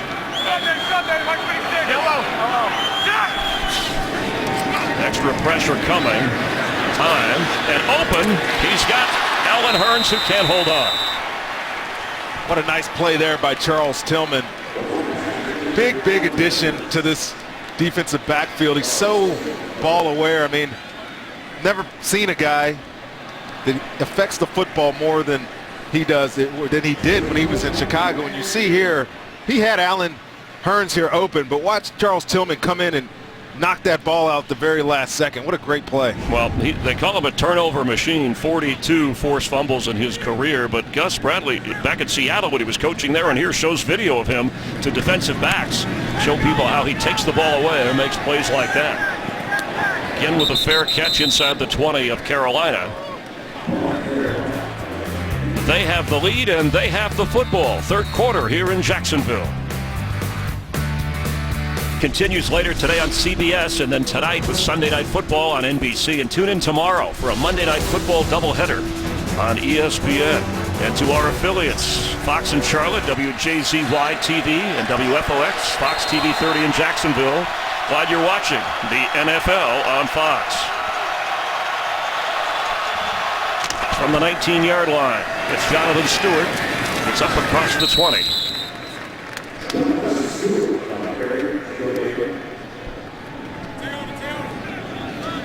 Greg Olsen with one catch so far, but moving the ball around to 8 other receivers.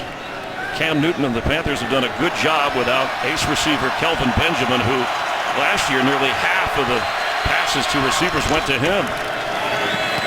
Batted away and incomplete. Chris Clemens got a shot at an interception there after the deflection. You mentioned Greg Olsen, though, Chris. They're moving him all over the place. He's the one tight end, and I say this every time I have a game with them, that he never comes off the field. They don't necessarily have to play him as an out wide receiver or an inline tight end. He does it all. He lines up at the U position. He lines up at the Y position. He lines up in the slot. And he's up here in that isolated section again where Cam usually likes to get him the ball, but we'll see if he stays in and blocks again. Need to get to the 29 on third down, and Cam Newton, he gets out of it. On the run throws and completes to Jericho Cotchery. What a play. I mean, only Cam Newton can do this now.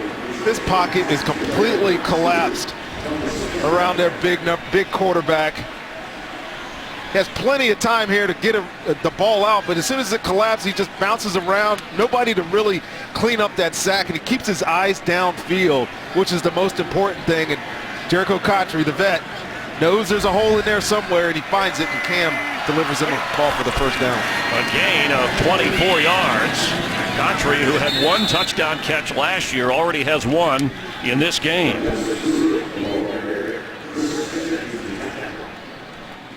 Just gotta love the intangible of having a quarterback that looks like this. I was down on the field. I swear he looks like a linebacker every time I stand next to him. But when the pocket gets a little squirrely, he's not scared to stay in there or bounce off tackles and still get the ball downfield. That was nice play by big number 1. Cam Newton still has it and completes. There's Greg Olsen, and he's got a first down. There's a flag down right after the catch, or as the catch was being made.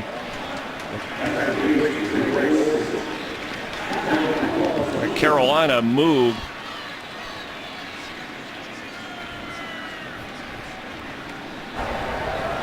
Ineligible player downfield. Offense, number 67. 5-yard penalty. Replay, second down. Ryan Khalil, the center, said, what me? It's only the second penalty assessed against the Panthers today. So it'll make it 2nd and 13. Not very often you see a center illegally downfield on a quick hitting play there. Under 4.5 to play in the third quarter. Jacksonville needing a stop to get the ball back. Thought they had Cam Newton in their grasp, but he slipped out of it for a big first down. And here he goes again. Gets back some yardage up to the 44-yard line. They can't get him on the ground. He just shakes off even the biggest defenders.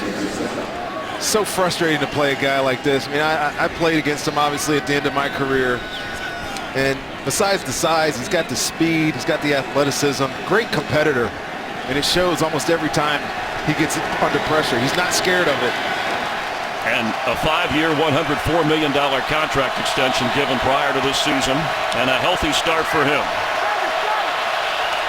On 3rd and 11.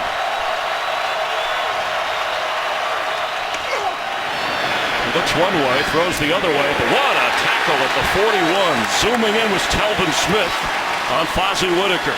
The young defenders on this Jaguars defense are really exciting to me, Chris. They drafted well the last 2 years. Telvin Smith was a 5th rounder last year out of Florida State. He's got a long way to go in his development, but I've seen a couple of splash plays, and this is another one. Runs through 2 blockers there and makes a big hit on Fozzie Whitaker. Smith, one of the top tackling rookies last season, had 99 tackles for Jacksonville. Norton on the punt. This will try to Grant to the 2. Corey Grant. Brought down inside the 11-yard line. I'm sorry, that's Rashad Green, not Corey Grant. And they will take over at the 11-yard line. Rodney Barber, Chris Myers here in Jacksonville from the 11-yard line. The Jags take over on offense, trying to find themselves, trailing by 8. I didn't know your brother came to the game, Chris. Luke Kuechly, somewhere in that pool, I think, of that outfit. How do you stay cool in that? Kuechly's out of the game, still in the locker room with the concussion protocol, so the Jags defense, so far so good against TJ Yeldon and Bortles, who is going to go down. Charles Johnson again. Here comes a flag on the back end of that play.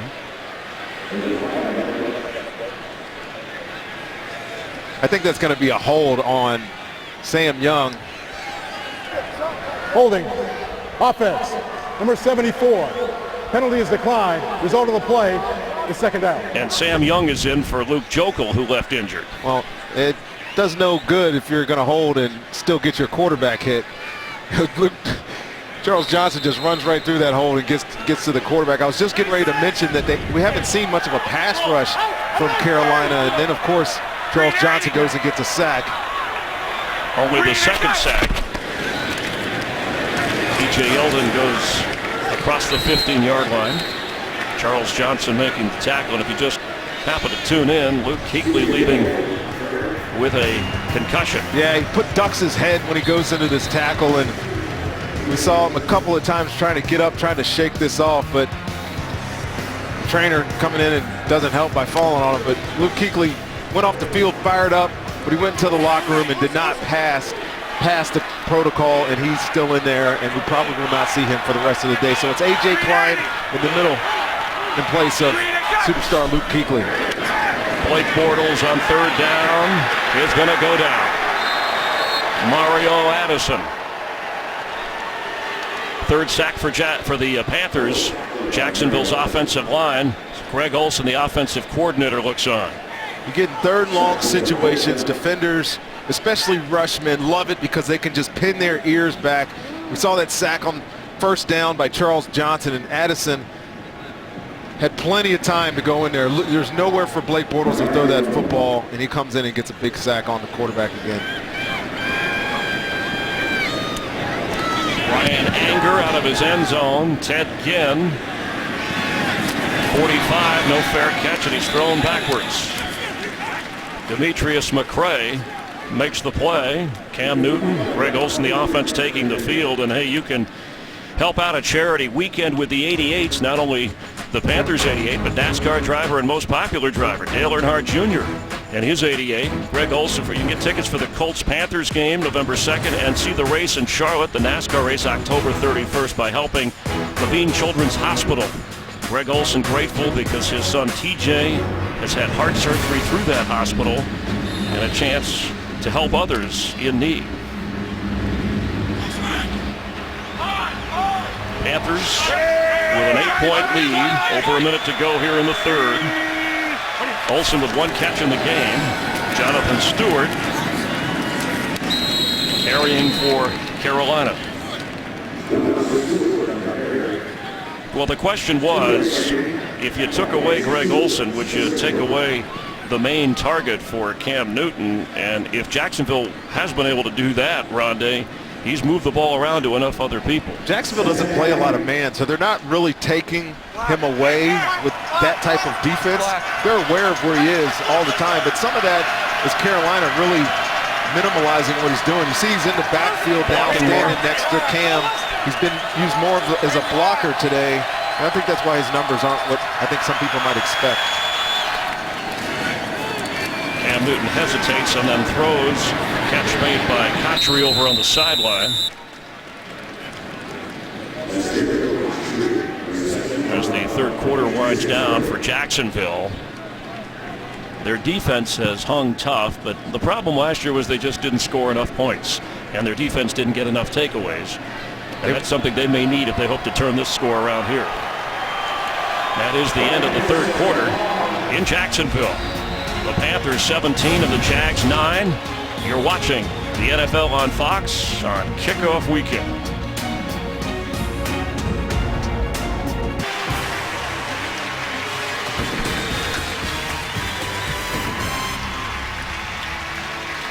Start of the fourth quarter. Look at Aaron Colvin here. He's on the sideline. Saw him putting on a protective sleeve on his shoulder and in just obvious pain as he tries to put his shoulder pads back on. But he's an important part of this defense. I told you earlier in the game, Gus Bradley has a lot of praise for this young kid. Plays inside and outside for him. Without him on the field, they're definitely short in the secondary a little. Nobody was better in the fourth quarter except Ben Roethlisberger than Cam Newton last season. And on that play, ball into the turf on a third down. Well, Ryan Davis there just ran straight over Andrew Norwell and got right in Cam Newton's face and forced this ball, this poor delivery from Cam. It's another one of these young guys on that Jaguars defensive front. It's unheralded, not drafted very high, but came in and was very productive playing multiple positions for Gus Bradley's defense. Maybe a tipping point for Jacksonville, that big defensive play, because you don't want to get down more than a one score or one possession. Technically, you'd have to score a touchdown and a two-point conversion. High kick, fair catch called for by Green at the 15-yard line. From the creator of Sons of Anarchy comes a new FX original drama. It's the premiere of The Bastard Executioner, Tuesday at 10 Eastern, only on FX. Well, if you're Jacksonville here, you got to keep your fans in the game, give them something to get excited about right before the half. I mean, they've played solid defense, but other than the drive before the half and the touchdown tossed by Bortles, they haven't had a lot to holler about. Quick pass is Rashad Green, who's knocked down right away. An excellent defensive play by Josh Norman. Let's get a game break. Check in with Kurt Menefee. Well, one of the biggest trades of the offseason sent Jimmy Graham to Seattle. This is one reason why. In the red zone, 7-yard score from Russell Wilson. They're within a field goal in the fourth quarter at St. Louis. Chris and Rondé. All right, thank you. And his former team, the Saints, playing later on Fox out in Arizona. Tampa Bay playing later at home against Tennessee, and Atlanta playing Monday night for those in the Panthers division. Denard Robinson has it, and he gets a first down. Good play design there by Greg Olson and executed by Blake Bortles. Saw Cam Newton run a similar play that Jacksonville sniffed out. But this one, you fake the screen to one side, come back, it's a little slip screen to your running back, and big play for a first down. Greg Olsen's got a lot of talent on this football team. It's young, but they have a lot of talent on this football team.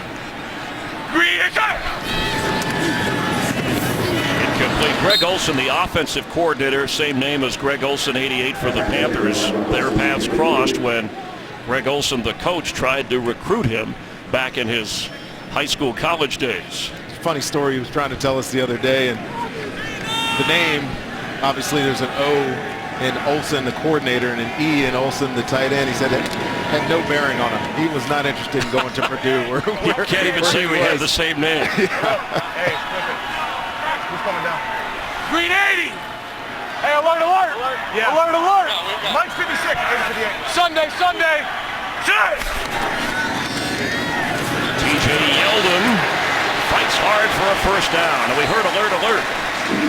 He's telling everybody up front where he thinks the protection is, pointed out the Mike linebacker was 56. And I tell you what, this Jaguars offensive line rebuilt. Stephen Wisniewski right there in the middle with a big block. Springs TJ Yeldon. They've been doing that all day today for this young kid. 11 carries, 52 yards. He's averaging over 4.5 a carry. Second round pick from Alabama. Easy. 74. Go back outside. 56. 56. Sunday. Pass is caught, knocked down right away at the 42 is Green. How about that understanding for a second-year quarterback? Changed that play. We had the great sound there. Changed it at the line of scrimmage. Got everybody on the same page. Picked out of that, came out of that run play that was supposed to go and threw that quick slant. Great understanding. Well, Bortles was proud of the fact he talked about ownership of an offense, and when you asked him what that meant, he said, well, so that I understand everything enough to relay it in situations when I need it. Yeldon, and an excellent defensive play thrown down at the 40 by Thomas Davis. Well, he's obviously got a new offensive coordinator here at Greg Olsen, and with Greg Olsen, Nate Hackett helping simplify the game in his head, you see the results. And it also helps too that Stephen Wisniewski was Greg Olsen's center when he was in Oakland last year, and so the communication is there. The communication is fluid. You hear it on the field here, and it's why they've had so many advancements on this offense. What's this twist? Blitz coming on 3rd and 7. Bortles is going to try to get away and can't. Brought down by Davis, the speedy veteran at the 39. Once again, a team captain on the Jags, one of the defensive leaders, and a big stop for Carolina's defense. Once again, Jacksonville's offense fails to produce. Well, there's one thing that Blake Bortles is. He sometimes gets a little antsy in the pocket because he wants to run. You know, he saw that pressure come. In his mind, I guarantee you, he thought if he took a step through that, he was going to spring himself free and be into the open field. Mario Addison, defensive lineman, in pain. Ted Ginn inside the 5 of Carolina. Here comes a flag. He's knocked down at the 20.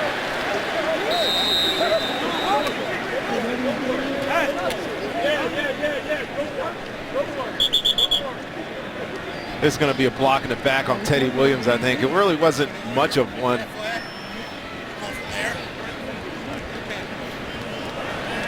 During the return, illegal block in the back. Number 21 of the return team. Half the distance from the spot of the foul. Carolina's ball. First down. On defensive back Teddy Williams. Right there on the 20-yard line, you see him coming to McCray. I mean, I can see it, why they call it, but that's not much of a penalty for me. Backs him up inside the 7-yard line. Box is sponsored by AT&T, mobilizing your world. By Furious 7, one crew, one last ride on Blu-ray and DVD September 15th. And by Modelo Especial, discover the Especial. Carolina with an 8-point lead, a missed extra point by Jacksonville, and a Josh Norman interception return for a touchdown. the difference. Backed up at his goal line. The ball's tipped, deflected, and bounces to the receiver. It'll be second down. This is the time of the game, Chris, where Jacksonville's defense needs to step up. You got this offense backed up. You know they're trying to get out of this situation. You can get opportunistic here. You know there's not a lot of speed, there's not a lot of quality at the wide receiver position for Carolina. So I wouldn't be surprised if Gus Bradley gets his dogs loose on this Carolina offense and see if they can create a turnover. Ted Ginn, bottom of your screen as Gus Bradley looks on.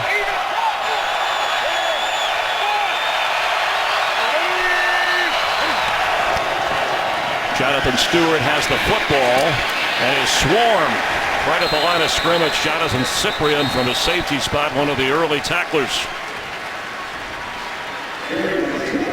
They really try to run a misdirection. Watch Cam's action here. Comes back to Jonathan Stewart, but look at Puz Lusney. Slip a block, and then the rest of the posse comes in and cleans up that tackle. Swarm is a great word, Chris, that you use for this defense. We've seen that all day. Sure tacklers, making this running game very difficult for the Panthers today. How careful Cam Newton has to be. Greg Olsen splits out to Cam Newton's right. Evan Funchess is in at receiver. Cam goes underneath to Jonathan Stewart. Can he get the first down? No. Paul Puzlesny again on the tackle. He's been all over the field. Also has an interception. There was no play prior to the snap. Jacksonville called his first timeout of the half. Prior to the snap. Yeah, Gus is trying to get a timeout here because he has 12 guys on the field. So a good timeout for Gus Bradley in Jacksonville. With Rondé Barber and Jennifer Hale, Chris Myers, our entire NFL on Fox crew. Hope you're enjoying kickoff weekend. Here in Jacksonville, the Panthers with a 17-9 lead, but facing a critical third down after Jacksonville avoided having too many men on the field, calling a timeout. But the Panthers need to get up to the 17-yard line to keep the ball away from Jacksonville's offense. Mike Tolbert, the fullback, bottom of your screen, lines up as a receiver. There he is in motion. Now in the backfield with Cam Newton. Cam Newton to throw. Catch is made. And he fights to get the first down. Did Jericho Cotchery get it? What an effort. Let's see where they spotted, and they gave him credit for the first down. Yeah, the extra effort there by Jericho Cotchery got that first down. You know, Jacksonville doesn't play a lot of two deep high zone, but you see the safety moving back underneath coverage is good, but Cam Newton makes a good throw, good catch, and then the extra effort gets the first down. Yeah, Chris Clemens actually tipped that ball, so the deflection's still a good catch. Jonathan Stewart carries. The clock runs just over 9 minutes now. Jacksonville has 2 timeouts. The Panthers all 3. There is Cotchery, the veteran of 12 years from North Carolina State. Yeah, he's had a really nice game today. You know, looking for anybody to pick up the slack that was perceived to be missing after Kelvin Benjamin got hurt. He's been it today. Ted Ginn's had a nice couple of catches in this game as well.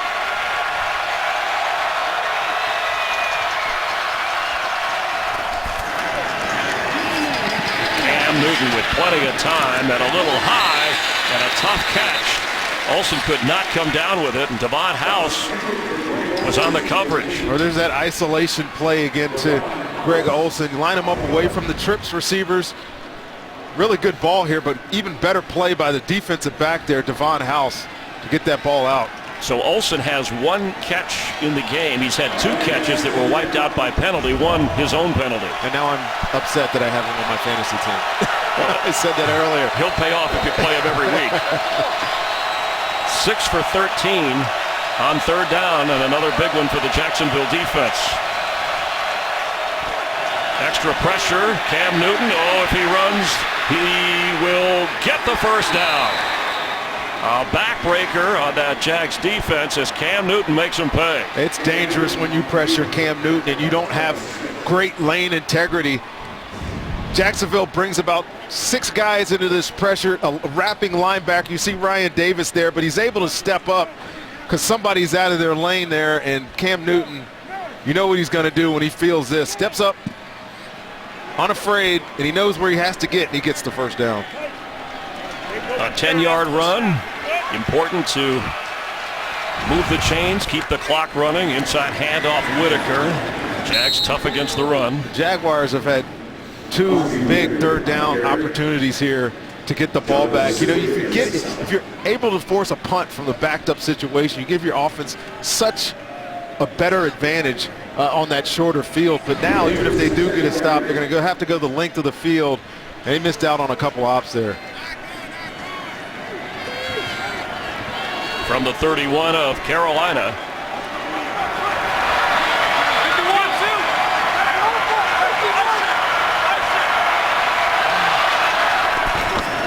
Cam Newton throws. Stewart catches it falling to the ground. Stays in bounds, does not get the first down. Let's get a game break. Check it again with Kurt Benefit. Kurt? Aaron Rodgers, 4 incompletions on the day. 3 touchdowns, including this one to Randall Cobb from 5 yards out. Leads at the Bears 24-16, getting late in the fourth quarter. Chris and Rondé. Thank you, Kurt. Of course, without Jordy Nelson hurt in the preseason, Panthers can relate with Kelvin Benjamin's injury. Going down before their season starts, out for the season, just had surgery. Did not travel with the team, obviously.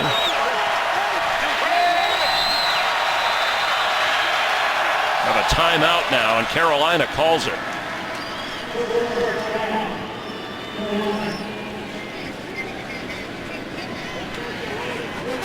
Panthers have the lead, have the football here in Jacksonville.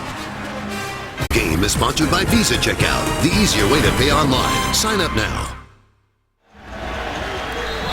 An important 3rd down and 2 as Carolina, with an 8-point fourth quarter lead, tries to play keep away from the Jacksonville offense. Cam Newton to Tolbert, and Tolbert with a big first down and up near midfield. The Panthers in their, I guess, 4-minute offense a little early, Rondé. Yeah, they're definitely getting into that mode now. There was very little chance that they were going to throw the ball on that 3rd down. They hand it off to Tolbert, and they get the big run. You get to this point, and Jacksonville's had 3 now opportunities to stop Carolina on 3rd down, and they just forget to make a tackle here on Tolbert. You got 8 guys in the box, and there's a gaping hole there. And Gus has got to be frustrated on the sideline. All he wants is a chance to get the ball back to his offense, and his defense can't get off the field right now. Tolbert's first carry of the game. Cam Newton standing at his 40, flips it to Stewart, who slips a tackle and gets inside the 44 of Jacksonville near. He's about a yard or 2 short of another first down. The Panthers chewing up the clock. They've had it for over 10 minutes. Well, this is what Carolina's offense is all about, and they're going to slow this down significantly. No, earlier in the game, saw Cam at the line of scrimmage calling plays. These things are going to get snapped now. There's the time just on this drive alone. A couple of seconds on the clock.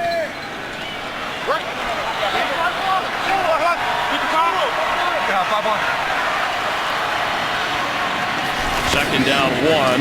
Cam Newton still has it, puts a move on and gets another first down. Boy, for 6'5", 245. He moves well, fast, big. You lined up against him.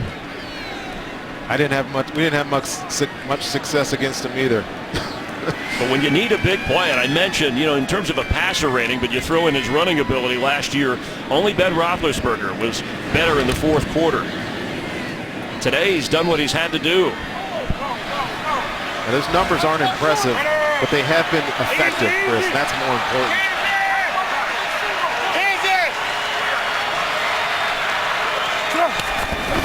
Play of the drive as Stewart carries, gets strung out and wisely stays in bounds.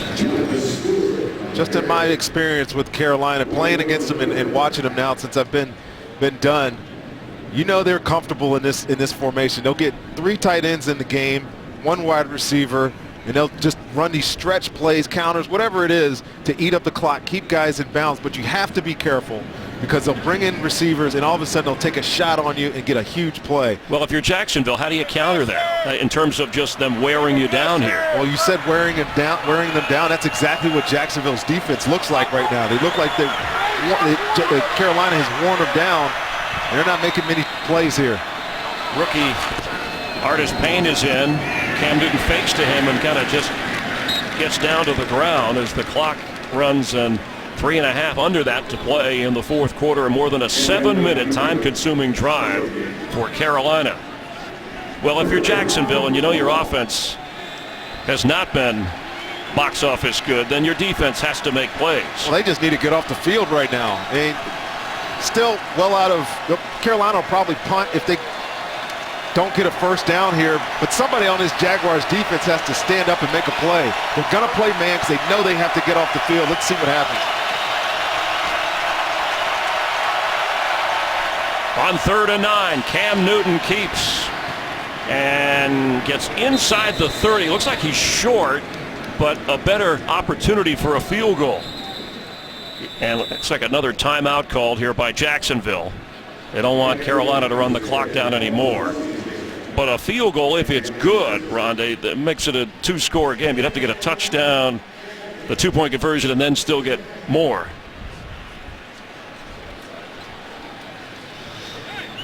The notorious Conor McGregor is back, and he's taking over in an all-new season of The Ultimate Fighter. They call me an instigator. What the? A troublemaker. A wild card and a rebel. So don't miss an all-new Ultimate Fighter Wednesdays, only on FS1. And Jacksonville fighting to stay in this game. Gano has made from 43. He missed wide left from 53. From 47 yards. And a big field goal for Graham Gano and the Carolina Panthers. He's also made both of his extra points for Ron Rivera from 33 yards. Bortles and the Jags in trouble. 2:41 to play in the fourth quarter, and Carolina has opened up now an 11-point lead. Again, it was the Josh Norman interception return for a touchdown, but the offense chewing up the clock and keeping it for more than 8 minutes and moving into field goal range. And now Jacksonville will have to rally with one timeout. They'll still have the 2-minute warning, taking over at their own 20. Let's check in with Jennifer Hale down on the field. Well, Chris, you mentioned Kelvin Benjamin not with the team. The good news is he is out of the hospital after undergoing successful surgery to correct that ACL. He was headed into church this morning when we were able to get him onto the telephone. He's in extremely good spirits. He says he's feeling great. Both Coach Ron Rivera and Cam Newton visited with him in the hospital. He's doing mental reps for every game, Chris, trying to keep himself sharp for next season. Without Luke Kuechly, who was hurt during this game, and Benjamin gone from the start. Pass is intercepted by Thomas Davis. And the pressure on Bortles forced him to get rid of that, and Davis was there to pick it off. Wow, Sam Young just got his helmet ripped off here, and he's looking at the ref, arguing about hands to the face here, and he's right. That should have been a penalty. This pass, this interception should be nullified, but they missed it, and it's another turnover for Blake Bortles. This crew has had a few, this officiating crew. I can't believe they didn't call that, Chris. He was standing right next to him. It's rather obvious. The pressure came from Mario Addison, and then Thomas Davis the interception. Man, what a big play for the Carolina defense when they needed it. That last drive from the Panthers really took it completely out of the Jaguars defense, and now they're right back onto the football field, and they are definitely in trouble here, Chris. Only one timeout for Jacksonville as Jonathan Stewart carries. And of course the 2-minute warning. And that last timeout used by the Jags. Well, both of these teams came into this game when you think about injuries. Of course, Kelvin Benjamin and the Panthers losing Kuechly during the game, but the #1 pick for Jacksonville on defense, Dante Fowler and Senderick Marks, Adrian Branch on that defensive front that put pressure on the quarterback, also hurt, not a factor. This is an interesting young roster for me here in Jacksonville. They had great draft classes. You talked about Zenderick, and you talked about the rookie who tore his ACL the very first time he was on the field here. You feel a lot better about this team if they were playing in this football game, but they've done a decent job today. Turnovers have obviously hurt them. And on the offensive side for Jacksonville, of course, the centerpiece of the offense to be tight end Julius Thomas. Yes, of course. We haven't mentioned him at all today. He hopes to be back in 3 or 4 weeks. The two biggest guys on both sides of the ball for this team are hurt and not playing today, and that's definitely going to affect them this season. And you saw Gus Bradley working the officials on that missed call. Too late now. Stewart is protecting the ball and letting the clock run. And this... Well, that's not going to be the reason why they lose this football game, I don't think. They still needed to go the length of the field. But that was an egregious miss there by the refs, if you ask me. Reaching the 2-minute warning in Jacksonville. Panthers in control with a 20-9 lead over the Jags.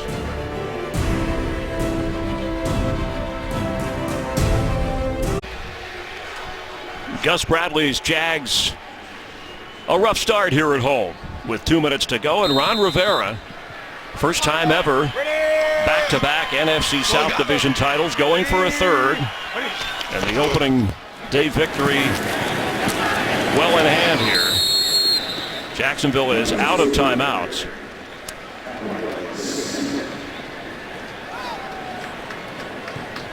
This has been impressive, with Carolina. They haven't had the best game. It was sloppy. It was really ugly in the first quarter for sure. First half wasn't much better, but they've done enough. With the running game and some big pass plays by Cam. They've got out of here with the victory. His first victory of the year, yeah. We see Carolina fans. They have their own section here in Jacksonville. As Cam Newton walks over and looks in their direction, they're up cheering. And Carolina Blue, the Panthers will be home next Sunday, hosting the Texans.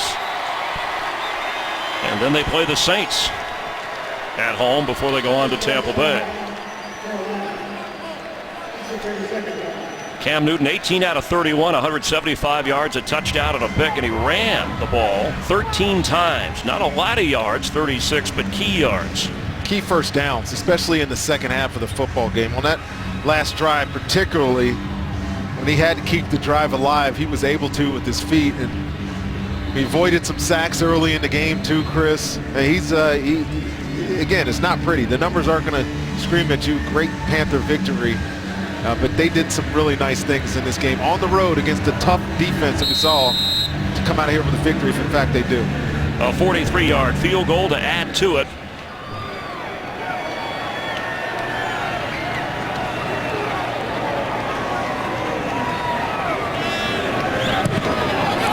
And this one blocked. Chris Clemens got his hands up. So an excellent special teams play for the Jags, but with just over a minute left, it may be a little bit too late. Well, there's hope, right? See Chris Clemens right in the middle of your screen, and the swim move. One-handed that. That was well done. Needed a play. Too bad they didn't get that play on the previous field goal attempt. Gano acting, maybe hoping to get a flag. Clemens has tipped a few passes at the line of scrimmage and a big special teams play. Playing well for this Jacksonville defense. Bortles floats one, incomplete.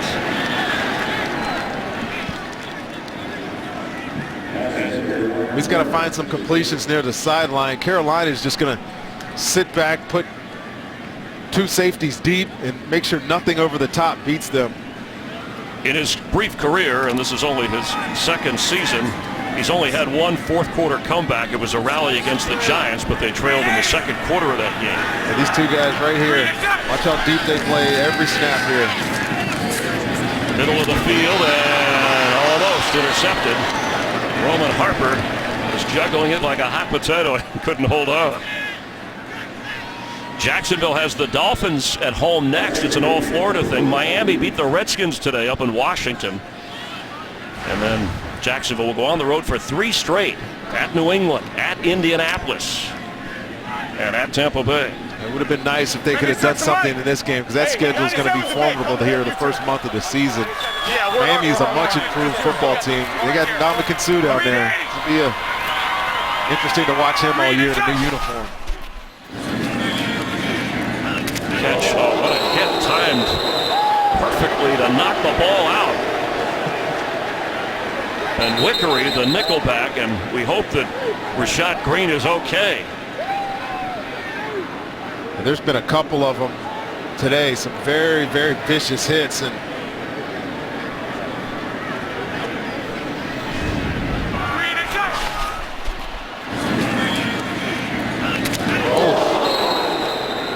hopefully he's okay, Chris. He's the leading receiver in this game. Rashad Green with 7 catches. But Ben Wickery concerned for the rookie Rashad Green after that. Yeah, immediately after he went down and Benet was walking away, he came over, put his hand on his knee and wishing him well. That's good sportsmanship there, man. That's Benet Wickery is a good kid. They love him here in Carolina. That was a vicious hit. It was a clean hit too, Chris. You know, it was violent, but I think it was more of the whiplash from the collision than anything. Below the top line of the shoulder on 4th down. Pass is caught at the 45 by Brian Walters. And good enough for a first down as Bortles, clock running over 40 seconds. And no timeouts, remember Jacksonville, he'll spike it. 38 seconds remain. Yeah, the one thing that I can take away from this game for Jacksonville is that Blake Bortles, yes, did some good things. We saw some improvements in his delivery. Got a good look at young TJ Yeldon at running back, who I think is going to have a special year. But there's still just some mistakes. You know, this team only scored 15-some points last year, and they're only sitting at 9, and it's been a problem. They're going to have to find a way to score more. Jacksonville, yeah, hoping for explosive plays as Bortles throws incomplete. We want to thank from the Jacksonville staff, Dan Edwards and Tad Dickman, and also our appreciation from the Carolina Panthers, Steve Drummond and Ryan Anderson, for their cooperation and our crew getting ready for the broadcast. Cam Newton, optimistic about this team this year, said he wouldn't hold anything back despite losing his ace receiver going into the year in Kelvin Benjamin. They dealt with adversity last year too and found a way to win a division. Yeah, when you win a division with a losing record but then win a playoff game as Bortles goes down in the arms of Mario Addison. This defense is looking for somebody to pick up the slack as a rushman, and today it's been Mario Addison. That's the 3rd time we've seen him in the quarterback's face. I think it's his 2nd sack. If they can continue to build on that, watch out for this defense again. Pass is caught, and it's Brian Walters.